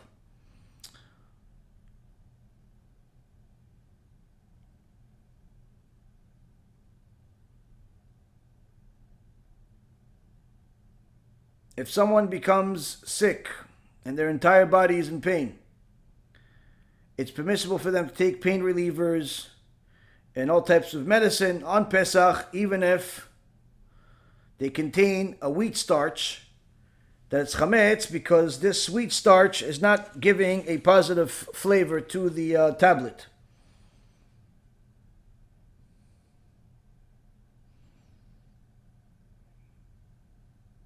But if it's flavored in a sweet or something like that, then it has to be kosher for Pesach. But if somebody's at life risk, they could do whatever, they could do whatever the doctor says, even if that means eating pig. You're allowed if somebody's life's at risk. But if it's somebody's just ill, then they're allowed to have things that are like these pills or whatever medicine they have that does not have a good taste.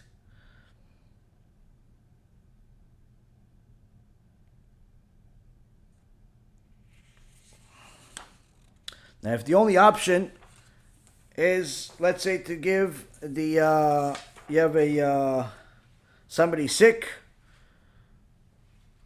and the only option you have is some medicine that does have good flavor in it. That's the only option. Then it's recommended for a person to put something to make it taste bad. Now, if you kept chametz over Pesach,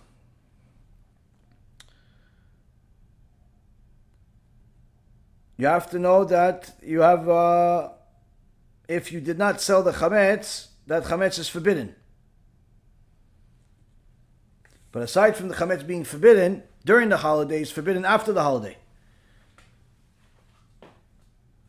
But during the holiday, there was a couple of sins. The person was not allowed, was supposed to destroy the chametz, and was not supposed to have chametz in their possessions. So there was two sins already just by owning the chametz.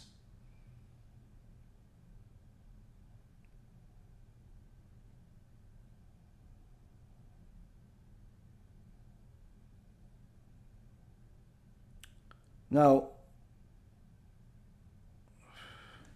if you're going to sell the chametz, which most people do, only do it through a rabbi. Don't do it through yourself. Meaning, don't just find one of your friends that's not Jewish, or your neighbor, or whoever it is. Hey, listen, I'm going to sell you my chametz.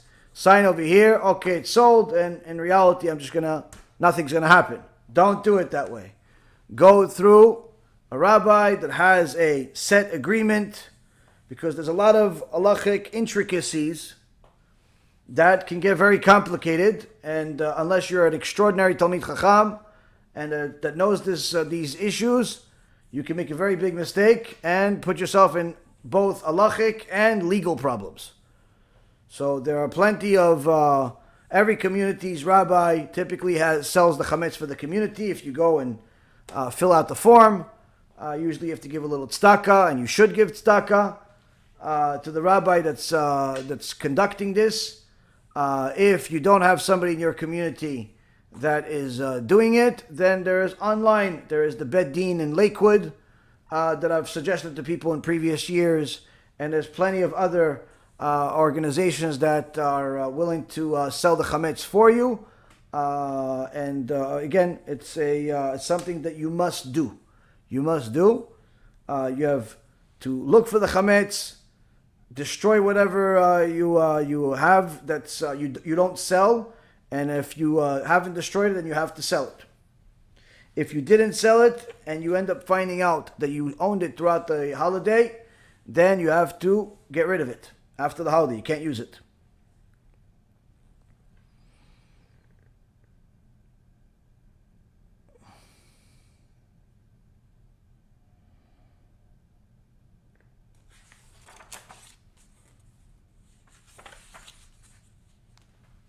Oh, it's 2 hours.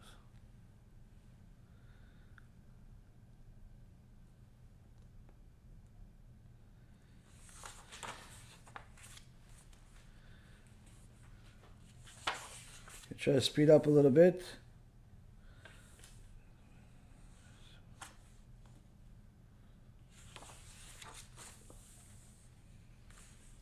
Now, if you're in business with a non-Jew and you own a business, you have to have a agreement with this non-Jew that if he's going to continue working during the holiday, and let's say you're dealing with chametz in your business, that all of the money that he makes during the holiday is his.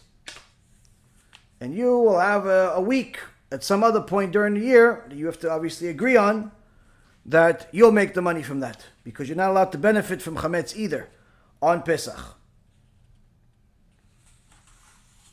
Now, if it comes to owning, let's say, shares in a publicly traded company or a private company that is really not in your control, you just own a stake in it and it conducts its business in chametz, you don't have to worry about it because you don't have control of it. It's not really your company. You just get the right to attend their annual meeting. You get the right to ask questions during their conference calls, but you don't actually control the company.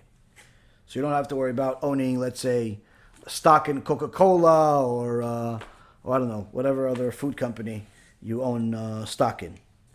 But if it's actually a business that you own, then you have to shut it down. You can't sell chametz or buy chametz during Pesach.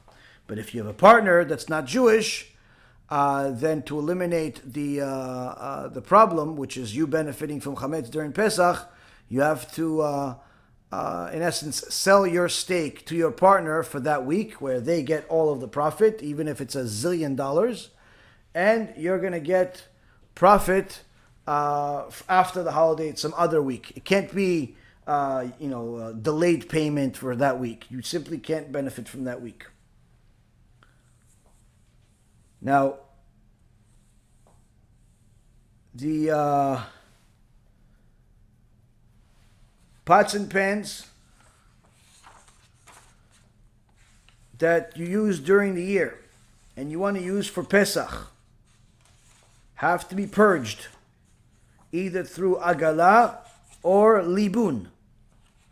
Now, in Western world, in America and in many other places where people, generally speaking, are doing well financially, and there's the products such as pots and pans are relatively cheap, it's recommended for people to simply have a set of pots and pans, utensils, just for Pesach. Just for Pesach, take them to the mikveh and use them just for Pesach.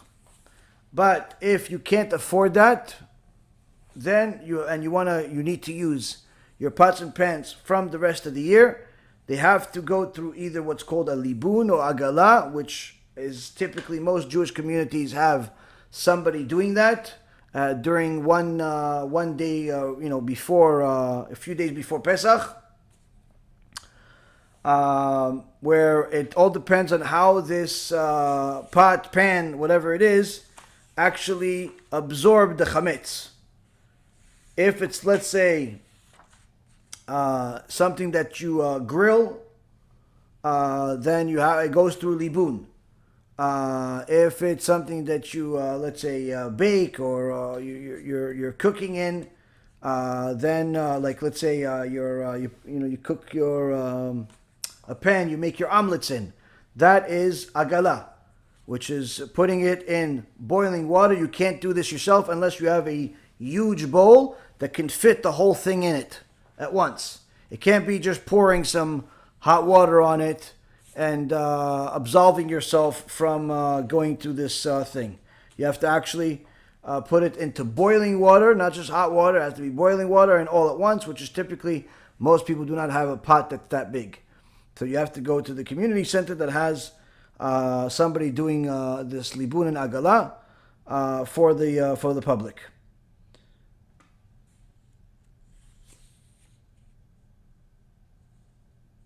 There are certain things that you can't fix because they need a libun, and a libun would typically destroy them, such as pots that have Teflon. Pots that have Teflon, you can't do libun, which is burning them until their sparks come out. So this libun would simply destroy any pot that has Teflon on it, so that means you can't use it. So you have to simply get a different pot. Now those pots and pans that you don't use on Pesach because you use them during the rest of the year, you do not sell them with the Chametz.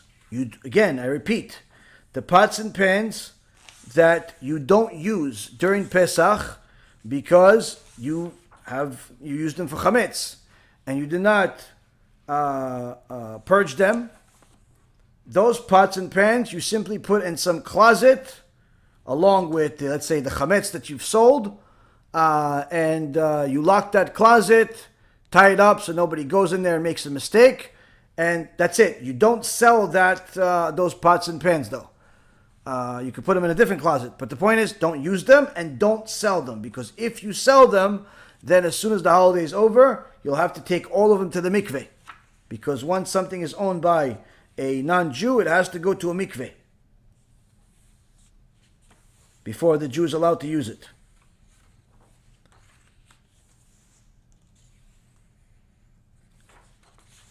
Microwave. If you have a microwave oven,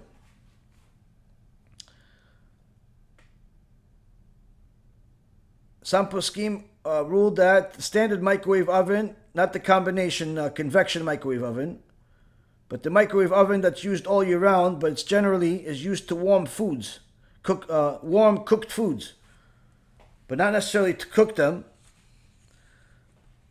does not need any purging other than thoroughly cleaning the surface. But other poskim disagreed and said that it has to be purged to a certain extent by taking a cup of water or a bowl, filling up with water and then cleaning fluid, like soap of some kind, not something that's poisonous though, like, dish soap or something like that, and then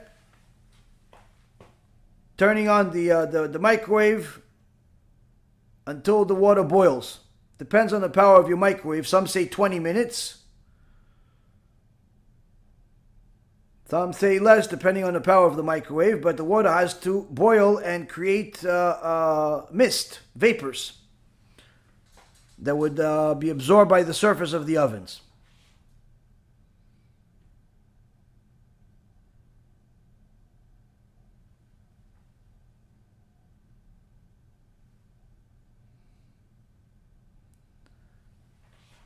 Now, a convection microwave that has a standard heating elements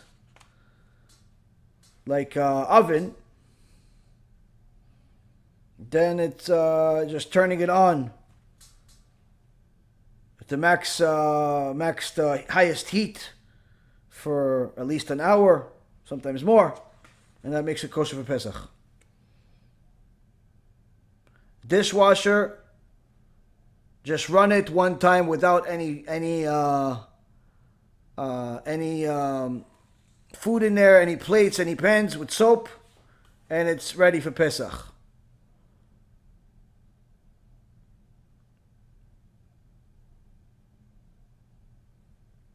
Pressure cooker has to go through Agalah.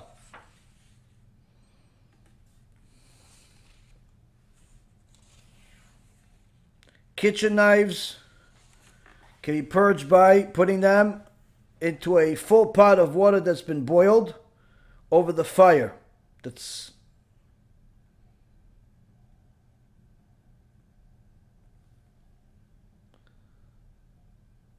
The water has to be scalding hot, like Yad Soledidbo. This is something you could technically do at home. You don't need to go take them anywhere, but you have to have pots that are big enough to, to have the whole knife in it. Have obviously gloves or something to grab these things on. Don't hurt yourself. If you could afford it, it's just simply better and easier to just have a separate set of knives and utensils to use for Pesach. Plata, the warming plate. Just have to clean it, remove any visible Chametz.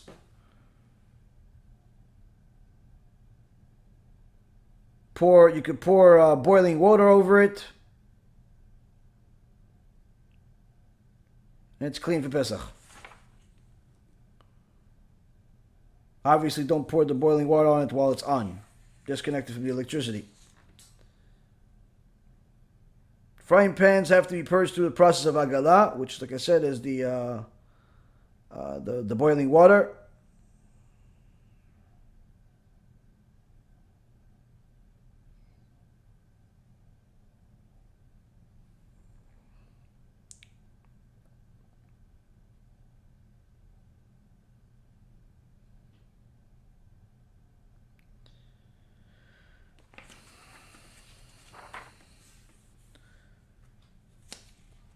Now, earthenware, which is kli cheres, which are typically the things, the machines that you make the chulent in, or any type of clay or the like type of plate or pot. That cannot be purged. That cannot be purged. So if it was used before Pesach, you cannot use it for Pesach. We learned that from the Torah in Parashat Vayikra, chapter 6, verse 21, that earthenware vessel, where there was a korban chatat, cannot be purified. It has to be broken. So things that are similar to it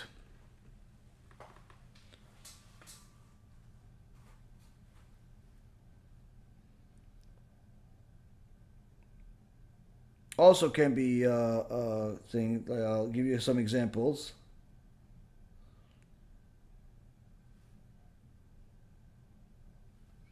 Now, if you had this earthenware vessel that was used to cook Chametz, you can't use it on Pesach even if you only use it for cold food. Even though technically you cannot absorb the food when it's cold, still, Pesach is a time where everybody's obligated to be more stringent, and specifically with something like this, even if you used it for Chametz one time, it cannot be purified to be kosher for Pesach.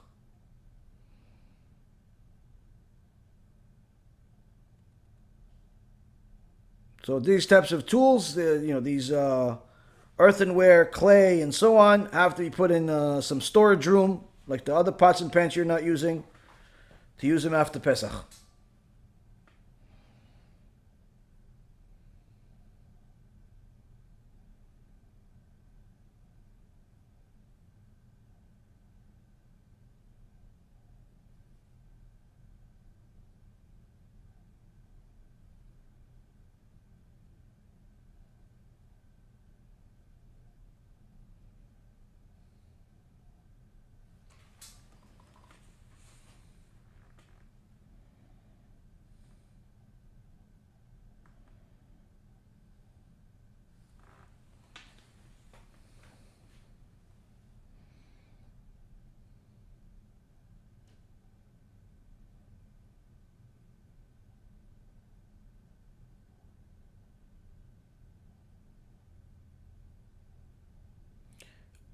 the specific type of earthenware that has to do with beer, like barrels, earthenware barrels, has a unique process. So if anybody deals with that, you could send a question. I'll give you the exact halacha there for the purging process.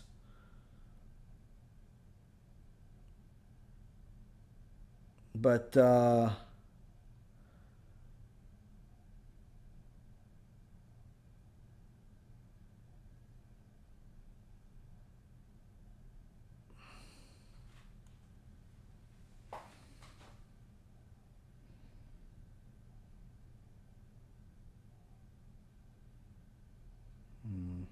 porcelain have the status of earthenware utensils.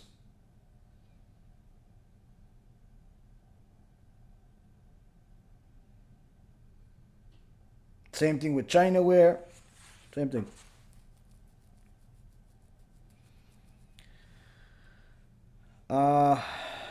Glass. This is one of the big differences between Ashkenazim and Sfaradim.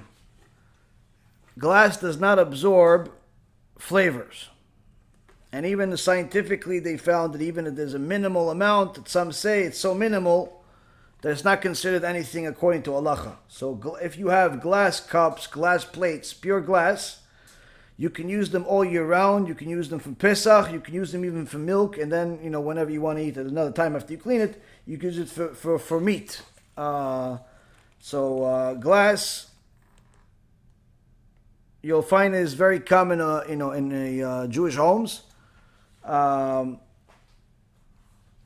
that are not using the disposable stuff. You'll see them often use glass because it doesn't absorb any flavor, even if the food is boiled in them. So that's why they don't need any type of purging process for Pesach or for any other time.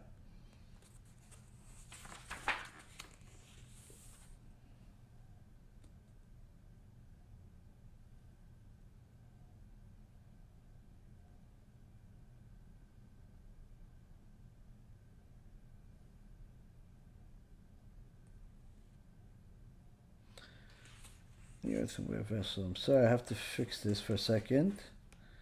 Vessel that's chuban. Utensil. Refrigerators. Refrigerators, freezers just need to be cleaned. You don't need to do any purging. Soda machines just need to be cleaned. Dentures, if you have dentures, just need to be cleaned. You don't need to purge or anything.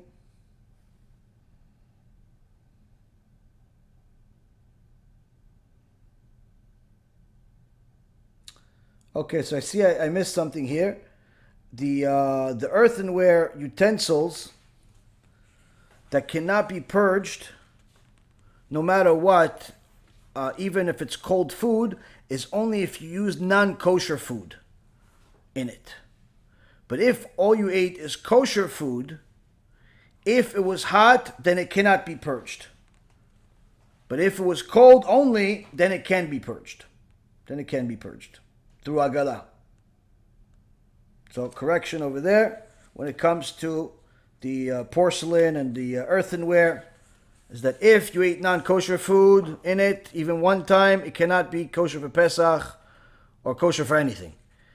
But if it is only kosher food that was simply Chametz during the year, if it was only cold food, then you can purge it because it's not possible for the clay or the earthenware to absorb the food if it's just cold. So if you only ate cold food, then it's you're allowed to purge it through agala. But if you ate hot food on it, then it's not. Then it's a different story. So that correction over there. Plastic does not need any purging.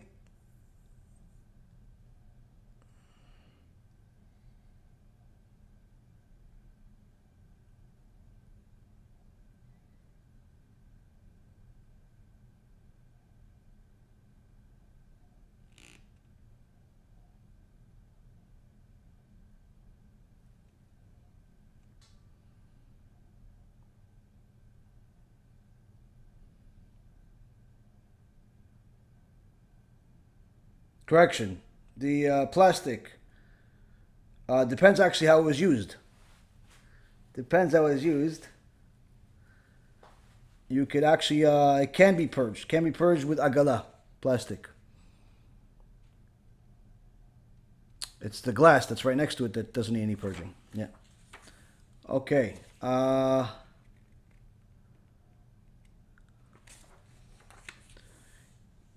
Dining tables, just pour a boiling water on it, and you're done. Obviously, after you clean it, boiling water on it, you're done. Or you could just put a placemat on it that you're going to leave for the whole holiday. And, I'm assuming you may put another one on top of it, but that's fine too.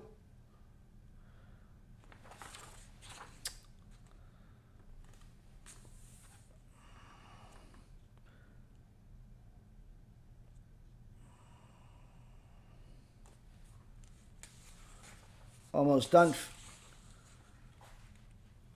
Almost done.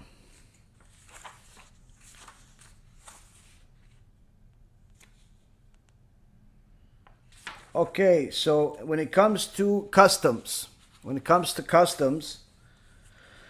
I said, the biggest difference between Sfaradim and Ashkenazim as far as customs is Ashkenazi Jews refrain from eating rice and legumes during Pesach, and they're not allowed to change their custom.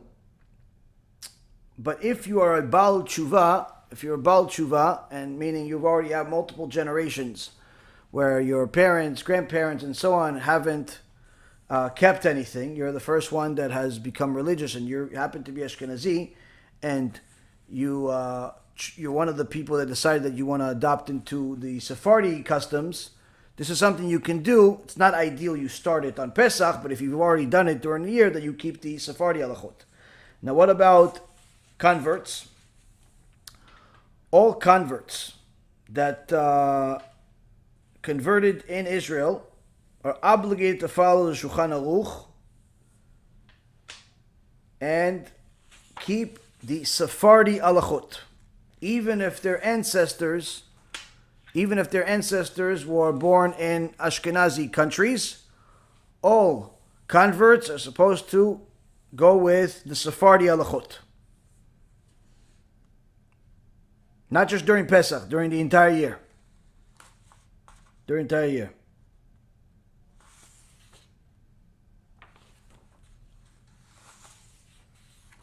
Another thing is the Mitzvah of Matzah. Mitzvah of Matzah, there's Matzah Ashira, and then there's the Matzah Shmura. For the Leila Seder, we eat the Matzah Shmura, which is the big, round, handmade matzah.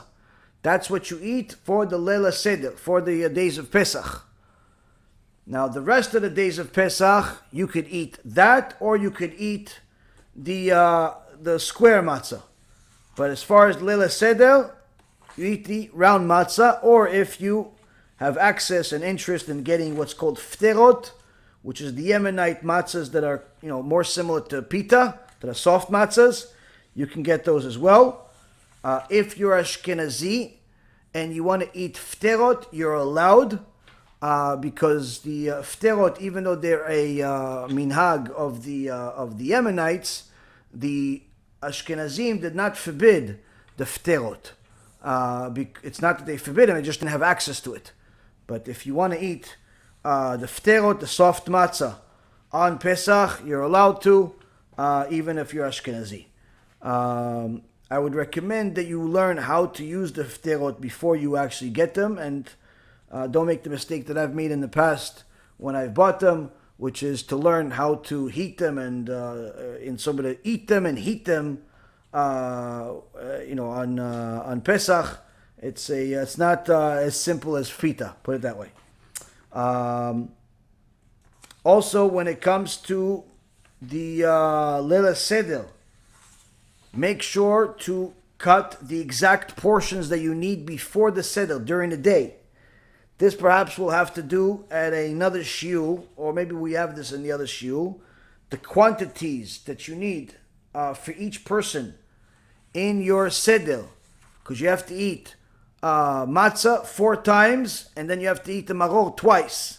So you have to weigh, you have to get yourself a scale and make each person Ziploc bags of their servings for the Seder. This, I believe, I discussed in the previous video I did last year on the Pesach. There's no point of repeating it now. You guys should watch that video as well.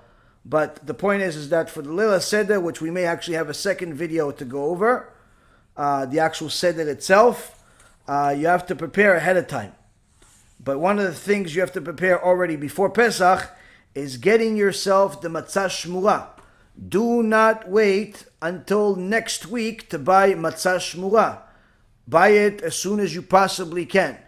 Buy it as soon as you possibly can. I remember last year, several of my students literally were saved by the mercy of God, that they waited last minute, the week of Pesach, a few days before Pesach, to go do their shopping for matzah shmura, and found out that all of the stores were out. Everybody was out, didn't have matzah shmura. Now, if you're in such a circumstance and you only have the square matzah, then that will suffice. But ideally, you should have the matzah shmura on Leila Seder. Ideally, you should have the matzah shmura on Leila Seder. And Baruch Hashem, last year we actually had one of our students that was dealing with matzah, so we bought a bunch, and we ended up distributing most of what we had to different students that didn't have, Baruch Hashem. So even doing kiruv with matzah. This year we don't have that. The student is not dealing with it anymore. But the point being is that it is very common that the stores run out of stuff. So buy yourself matzah shmura. It's important. For anybody that is usually, if you're in religious communities, there's somebody that's usually making matzah. As a side note, if you could get yourself for the guys, if you can get yourself a job to go make matzah, do it, because it's good for Tikkun HaBRIT. Okay, it's good for Tikkun HaBRIT. You didn't think I was going to forget about Tikkun HaBRIT, did you? It's good for Tikkun HaBRIT. Chachamim say that when you exert yourself for mitzvot to the point where you're sweating, it's good for Tikkun HaBRIT. And in fact, the Arizal mentioned it, and also the Chida in his Tzipor and Shamil wrote that when a person sweats making matzah, it's the equivalent of 84 fasts, meaning to go work in your local matzah place to make matzah shmura for the community could be the equivalent of not only the few dollars that they're going to give you, but the equivalent of tikkun of a brit, of a single time that a person wasted seed, which has to fast 84 times. So, donate a certain amount of money equivalent to 42 fasts. We calculate it as $420. Some people calculate it to be much more, some a little less. But the point is that working in one of these matzah places is the equivalent of tikkun habrit for each time that you do it. So, very valuable job.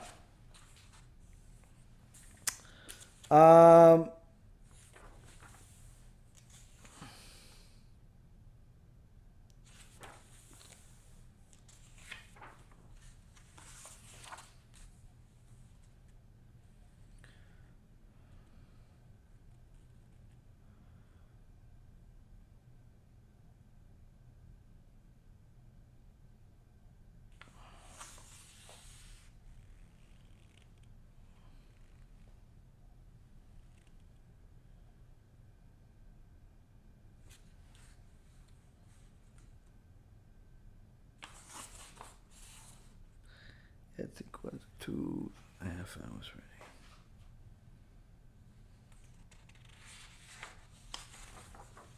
A lot of information.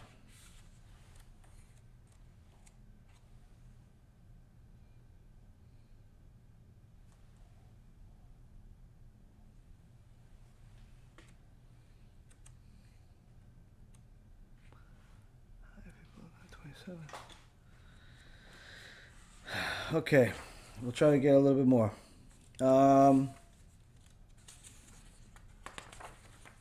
Okay, in regards to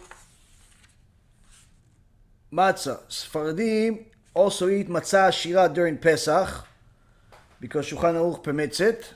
Matzah shira is matzah flour that's with liquids like wine and milk or honey. It's like the egg matzah that you buy in a box. That's matzah shira. But the custom of Ashkenazim is not to eat it, not to eat matzah shira. During the Seder, it's permissible for a Sfaradi to also eat matzah shira after they already ate the matzah shmura for the mitzvah of eating matzah. So there's the mitzvah of eating matzah on the Seder, so you have to eat your portion in the matzah shmura. After you've ate that portion, you want to eat more matzah, then you could eat either more of the shmura or the ashira. Up to you. Now, also in regards to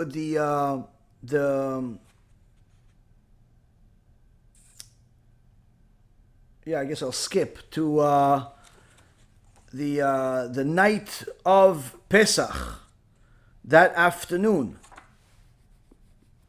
You have to be careful not to eat matzah on the that's matzah shmura during the day of Pesach, before the Leil Seder. So much so that the Gemara in Masechet Pesachim in the Yerushalmi, in the 10th Perek Halacha number 1, says that a person that eats matzah during the day before Pesach is like someone who sleeps with his fiancée in his future father-in-law's house. Because a person that commits an immoral act like this receives lashes by the hand of the court, and really this should be the punishment for somebody that eats matzah, shmura, on the eve of Pesach, before the Leil Seder. Now, as a side note, even if he ate it, he should still say Birkat HaMazon. But the point being is that he shouldn't eat it. Why? There are multiple ta'amim, multiple reasons Chachamim bring. The Shibulei Aleket says that the reason why it's compared to being with a woman that will in the future be permitted to you, it's your fiancé, but being with her before she's allowed to you, so it's the equivalent of an immoral act, because just like the woman that he's engaged to is still forbidden to him at this point and will be allowed to him after the chuppah, so therefore it's immoral at this point. Same thing with the matzah.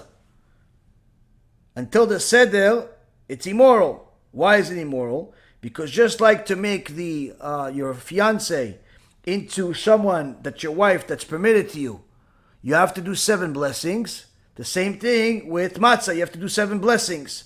The first blessing of Borei Plei HaGefen on the Kiddush, then Mekadesh Yisrael Ve'azmanim, the blessing of the Yom Tov, then the Shechianu, then the Borei Plei Adama and the Karpas, then the blessing that where he took us out of the exile, Asher Ga'alanu, took us out of Egypt, then Amotzi Lechem Min Haaretz, and then Al Achilat Matzah. So you have to do 7 blessings, says the Shibulei Aleket, before you make the matzah permissible to you, just like you have to do 7 blessings before you make your fiancé allowed to you. And doing anything otherwise is considered immoral.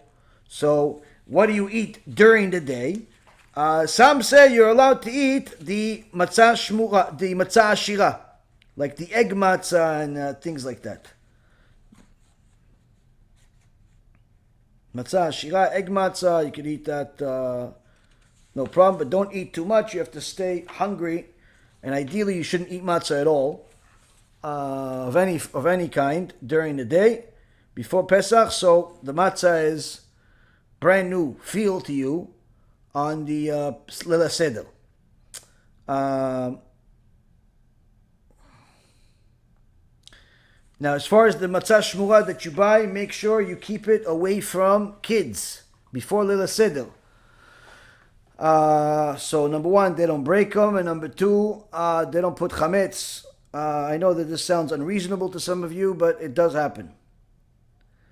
Don't buy your food for Pesach from secular Jews. that sell non-kosher food in their markets also. If they sell non-kosher food in their markets, don't buy anything from them. It's different than buying from a general supermarket in America, like a Walmart or a I don't know, Publix or whatever, that has both kosher and non-kosher food, because those supermarkets are not owned by Jews.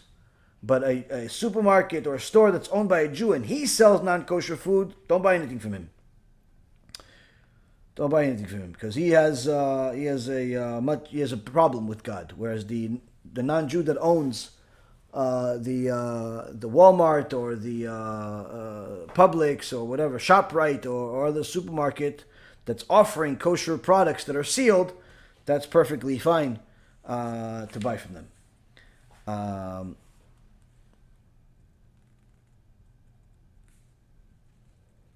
Now, in regards to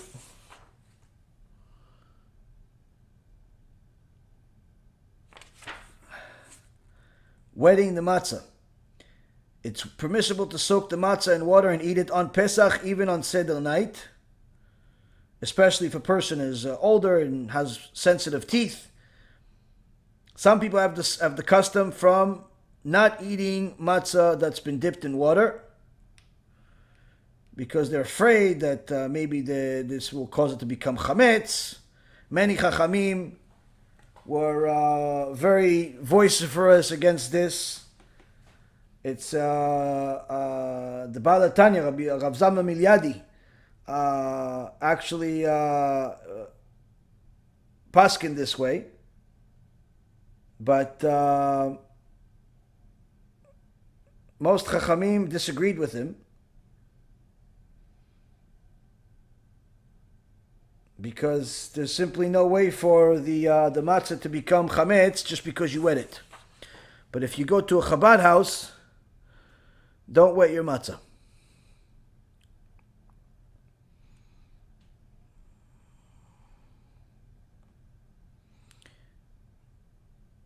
But if you've forbid yourself from wetting the matzah until now, and you simply did it because you thought that the halacha says so, then you can stop it and you don't need to do atarat nedarim, canceling of a vow, because it was simply a mistake. But if you understood that it's really allowed to eat wet matzah, but you adopted this custom anyway as a personal stringency, and now you want to eat a wet matzah, then you'll need atarat nedarim in order to stop it. Now, the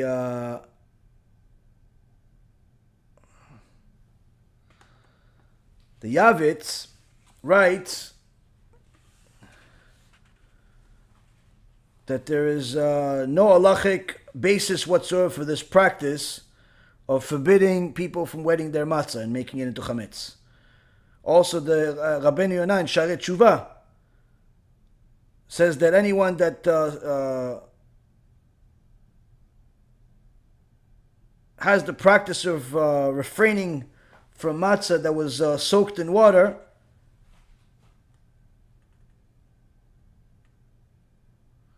is immediately allowed to stop this custom at any moment. It doesn't need to be concerned about it. And he says that even 800 years ago, at his time, many of the Rishonim disregarded the stringency altogether, saying that it has no basis whatsoever, especially today when most matzah is thin like a cracker. Harav Ovadia also wrote about this, that especially today where it's very common to eat machine-made matzah, so there's no basis for this custom of not being allowed to wet your matzah. Again, this is not a personal attack on any particular organization or community. This is simply what the majority of Chachamim say, and today it's become a custom that's viewed almost like an halacha by certain people, that you're not allowed to wet your matzah, which again is halachically incorrect. according to the vast majority of poskim. I mean, I've only found one posek that says otherwise. I'm sure there's others, but it's the only one that I've seen. By the way, the Gaon Vilna also permitted matzah balls and wet matzah with no problem.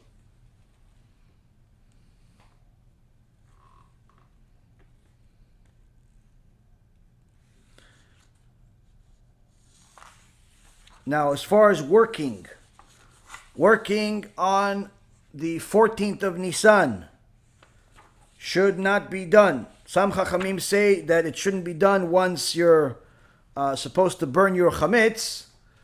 From that moment on, it shouldn't be done. So if you work early hours, like 6 o'clock in the morning, 7 o'clock, 8 o'clock in the morning, that's fine. But after the time of burning the Chametz, then you have to stop working also.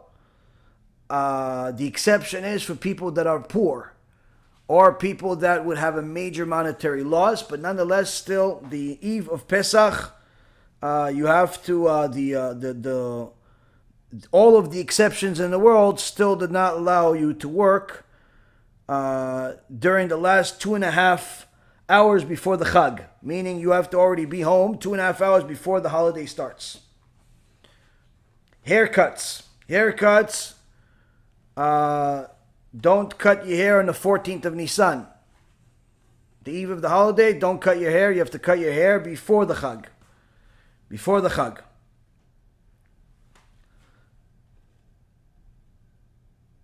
Now, if you forgot to cut your hair, and it's already afternoon of Nisan, I mean, it's technically not the holiday yet, but you're not really supposed to be cutting your hair on that night.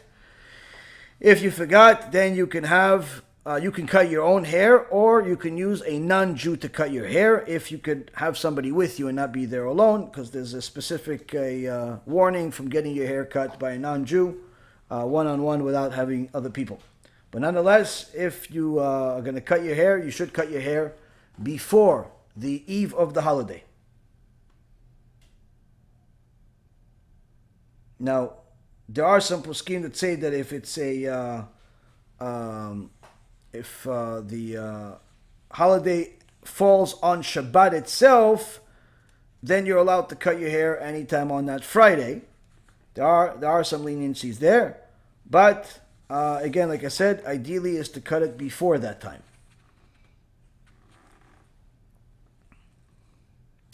Now, the couple of things that I mentioned earlier today, there are certain customs that are dangerous. The most dangerous that I know of is the custom of the zroa. Zroa is where you have the lamb shank, and it's a common custom among Sephardi Jews that I know of, where they get an actual lamb shank, and they call this the zroa, and even some of them go to the extent of saying this is this meat is for Pesach, or this is a korban Pesach. Saying that is isur karet. You should understand that. We are not allowed to have any sacrifice or designate anything as a sacrifice without the Bet HaMikdash. So to say that this piece of meat is for Pesach and not for Yom Tov, this is Ze Bishvil Pesach, Basar Ze Le Pesach, designates it as a Korban Pesach, which, number one, is not allowed to make anything into a Korban because we don't have Bet HaMikdash. Number two, if you eat it, you're now eating a Korban, which is forbidden altogether. You're making multiple sins, one of which is karet. Like violating Shabbat, like driving on Shabbat. So if you have the custom of eating a big piece of meat, a lamb shank, or whatever you want to eat on Pesach, you have to eat it for whatever. You can't hold yourself.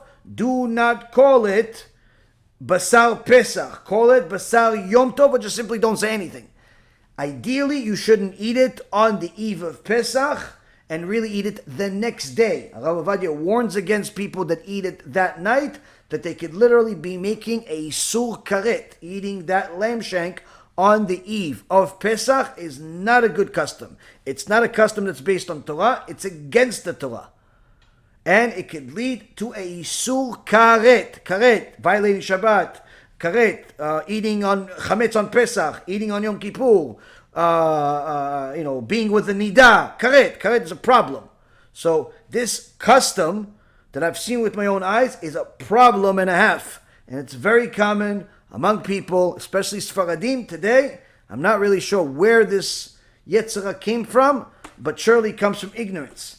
So the Yalkut Yosef brings it out. It says that it's forbidden to declare whether about a live animal, a slaughtered animal, or even a piece of meat, that this meat is for Pesach, since it might give the impression that one has a korban, a consecrated the animal, while it's still alive to be used as a korban Pesach, and one is now eating the kodashim, bachutz, which is eating something that's holy outside of the Beit HaMikdash.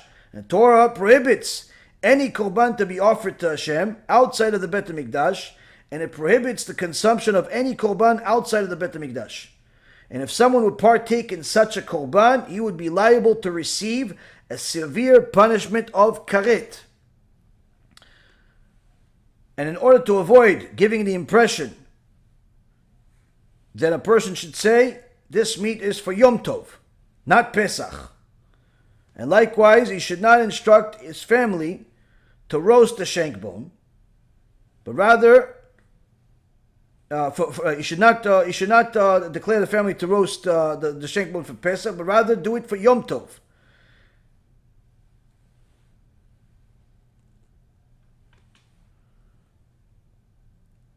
But if you're dealing with a chicken, then the chicken is not a problem.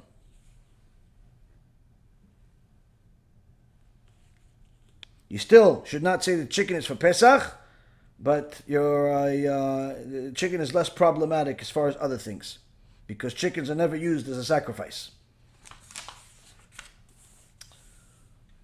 Next, in regards to the fast of the firstborn, the source for this fast is the Gemara Masechet Sofrim in Yerushalmi, that it's forbidden to fast during the month of Nissan, except for the firstborn fast on the day before Pesach. And the interesting thing is this is a very lenient fast. If you are firstborn, if you listen to a Siyum Masechet, which is a celebratory event that we have every year. We have Rabbi Efraim each year complete several Masechets, and we video it. Sometimes also others in our organization complete a Masechet. And if you listen to it, and then after listening to it, you take part in a meal where you eat some type of mezonot and fruit during that time, then you are allowed to you break your fast with that. But the point being is that if you are a firstborn, you're supposed to fast. You're supposed to fast. So you start your fast during the day when you wake up until either the holiday starts or until you are you're part of a festive meal such as a meal from a bar mitzvah that's a real bar mitzvah, that it's really his day that he's actually bar mitzvah and not just delayed it to that day, or a brit milah, or a siyum masechet, and some say even siyum mishnah. It's also good. But if you're going to rely on somebody else's siyum masechet, you have to attend the event and eat at the event, meaning break your fast at the shul or wherever it is that they're doing the siyum masechet. You break your fast there, and then you go home and you can eat other food too. But you can't go there and only eat at home, because your meal has to be part of that siyum masechet. Okay, it has to be part of that siyum masechet. Now, if you don't have a place to go, for whatever reason or another, either because you're a woman and you're cooking and you're preparing for the day and you can't go to shul, or because you don't have somebody doing it in your community, BeEzrat HaShem, we're going to have a siyum masechet, maybe a few, shown live that Thursday, that well, technically in America it'll be Thursday night and then Friday morning in U.S. time. So it'll be both applicable to both Israel time and U.S. time that people can watch if they don't have any other option, and watch Siyum Masechet, and then after the Siyum Masechet, you eat something obviously at your house, and then you could continue eating for the rest of the day. Now, why do we even do this fast? Why do the firstborns fast? The couple of reasons that Chachamim brought. One is to remember the miracles that Hashem performed for all of the firstborn Jews, that He didn't kill them in Egypt with the firstborn Egyptians.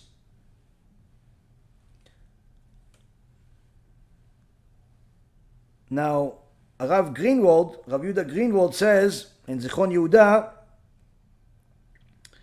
says that really it's not that he didn't kill them, but rather that they all did tshuva. Why do they all do tshuva? All the firstborns do tshuva on this day, because when Moshe Rabbeinu told them that Hashem is going to kill all of the firstborns in Egypt, they understood that that's including also Am Yisrael, because they figured that some of them were idol worshippers, and they have bad deeds themselves, so surely they're firstborn, surely they're going to die with the Egyptians.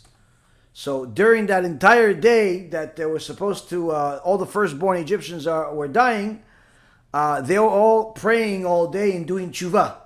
So as a celebration of the elevation of all of their neshamot because of their tshuva, we're celebrating today by elevating our neshamot, if we're firstborn, by also fasting.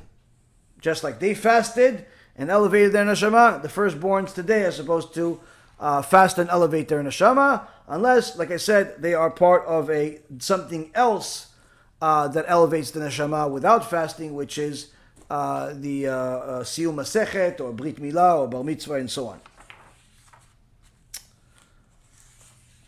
If a person is sick, even if they're firstborn, they do not need to fast. It's a very lenient fast. It's still recommended that they listen to a Siyum Masechet. If you are nursing, then surely do not fast.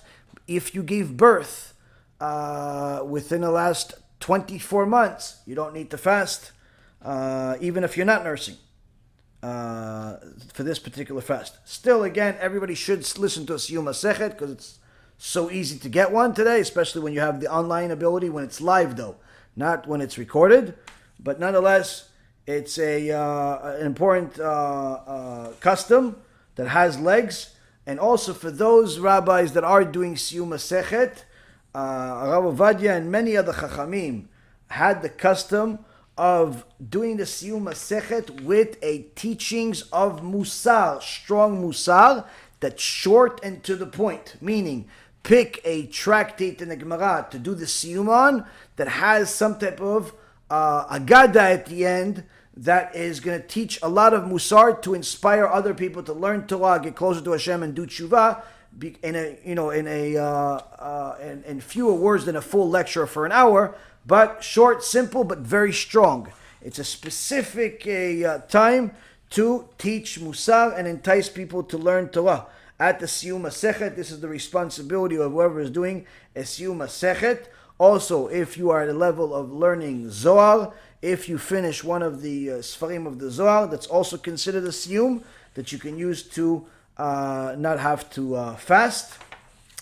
Let's see. So that's the that.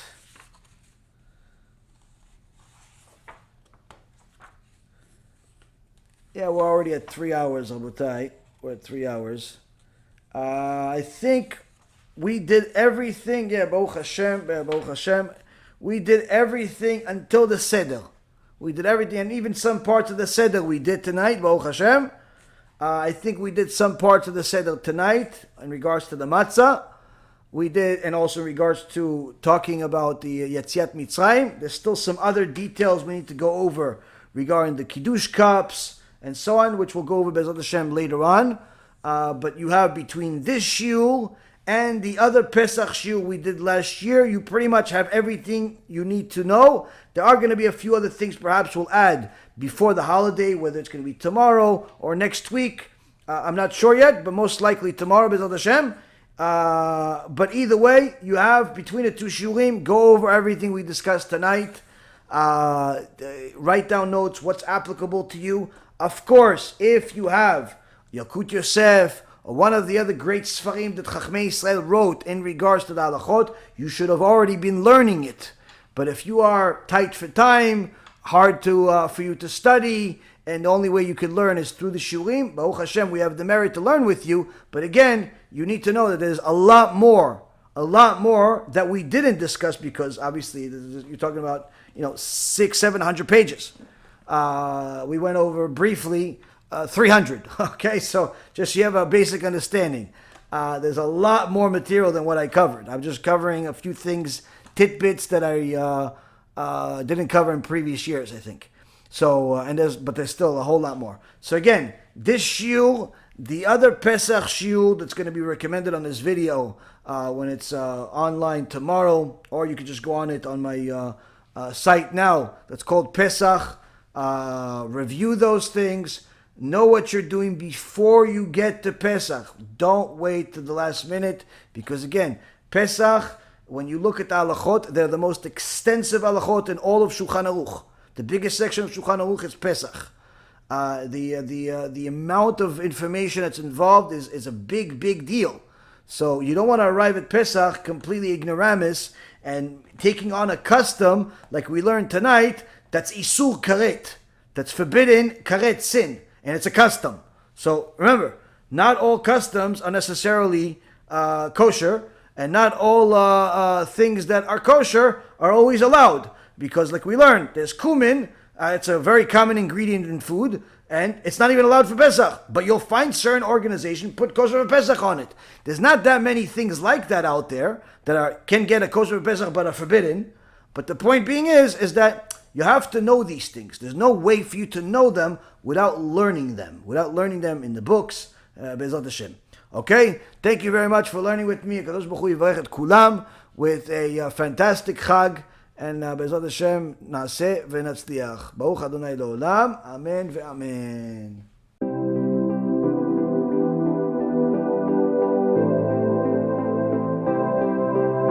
Shalom v'cha, chaverim yekarim. The Pesach is among us. Of course, everyone understands the dire situation in the world. But from our perspective, the most tragic situation right now is that we have tens and tens of millions of dollars going to foreign countries to help some people that may or may not be our friends and our brothers, may or may not be Jewish, while our own brothers that are, verified our brothers in our backyard in Eretz Yisrael, in the Efraim communities, in Bnei Brak, in Tel Zion, in Yerushalayim, in Netanya, in literally every part of Eretz Yisrael are struggling to make ends meet with the skyrocketing inflation in Eretz Yisrael, with the abuse by the government, and more than anything else, by the lack of concern of some of the donors that are out there, where a lot of the money is going to help Ukraine and help a lot of other causes, while the world of Torah and the world of poverty continues to get worse. So we had to take desperate measures in these desperate times, and anyone that saw my shiur saw that we did it just in the last 24 hours. We don't have millions of dollars. We had a few $100,000 in the account, and we simply took almost all of it, and $250,000. We sent it to Rami Levy supermarkets to buy the gift cards. This is the contract with Rami Levy. This is the wire transfer. We have to do 2 wires to save some money from the banks. But the point is that this is enough to feed, probably 8,000 people, 10,000 people, give or take. And we haven't started a campaign. We haven't raised a single dollar. We don't even know if anybody's going to help. All we know is that our brothers don't have money to eat matzah, to buy matzah. to buy the basic needs for Pesach. And some of them work, some of them work and learn. Literally, the struggling is coming from everywhere. So we figured that in order to show HaShem that we love Him, and to show Him that we love His children too, we have to do something that was necessary as part of our love of HaShem, as part of our love of His people. If you want to be partners with us, you're more than welcome to. The campaign is on bhpesach.org. As I said, I already sent the money. If you want to be part of it, you're more than welcome to. If we get more than what we already sent, surely we'll send that too. If we don't get anything, then at least we know that close to 10,000 Jews are going to be able to eat.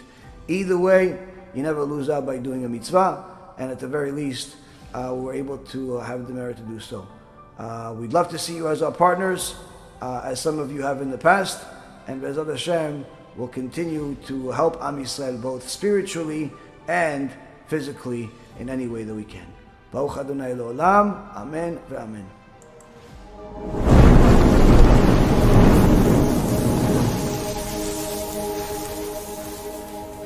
אחיי ואחיותיי היקרים, אנחנו נמצאים כמה ימים לפני חג הפסח של שנת תשפ"ב. אנחנו נמצאים כולנו, כל עם ישראל, בתקופה מאוד מאוד מאוד לא פשוטה. לא רק שזה אחרי הקורונה ואחרי כל הסכנות שהיו בחשש ההידבקויות הנוראות, התחילה תקופה של פיגועים בארץ ישראל. לצערנו התקיים בנו הפסוק, מחוץ תשקר חרב ומחדרים אימה. אנשים מפחדים לצאת לעבוד, אנשים חוששים. כלל גדול לימדו אותנו חז"ל, ותפילה ותשובה וצדקה מעבירים את רוע הגזרה.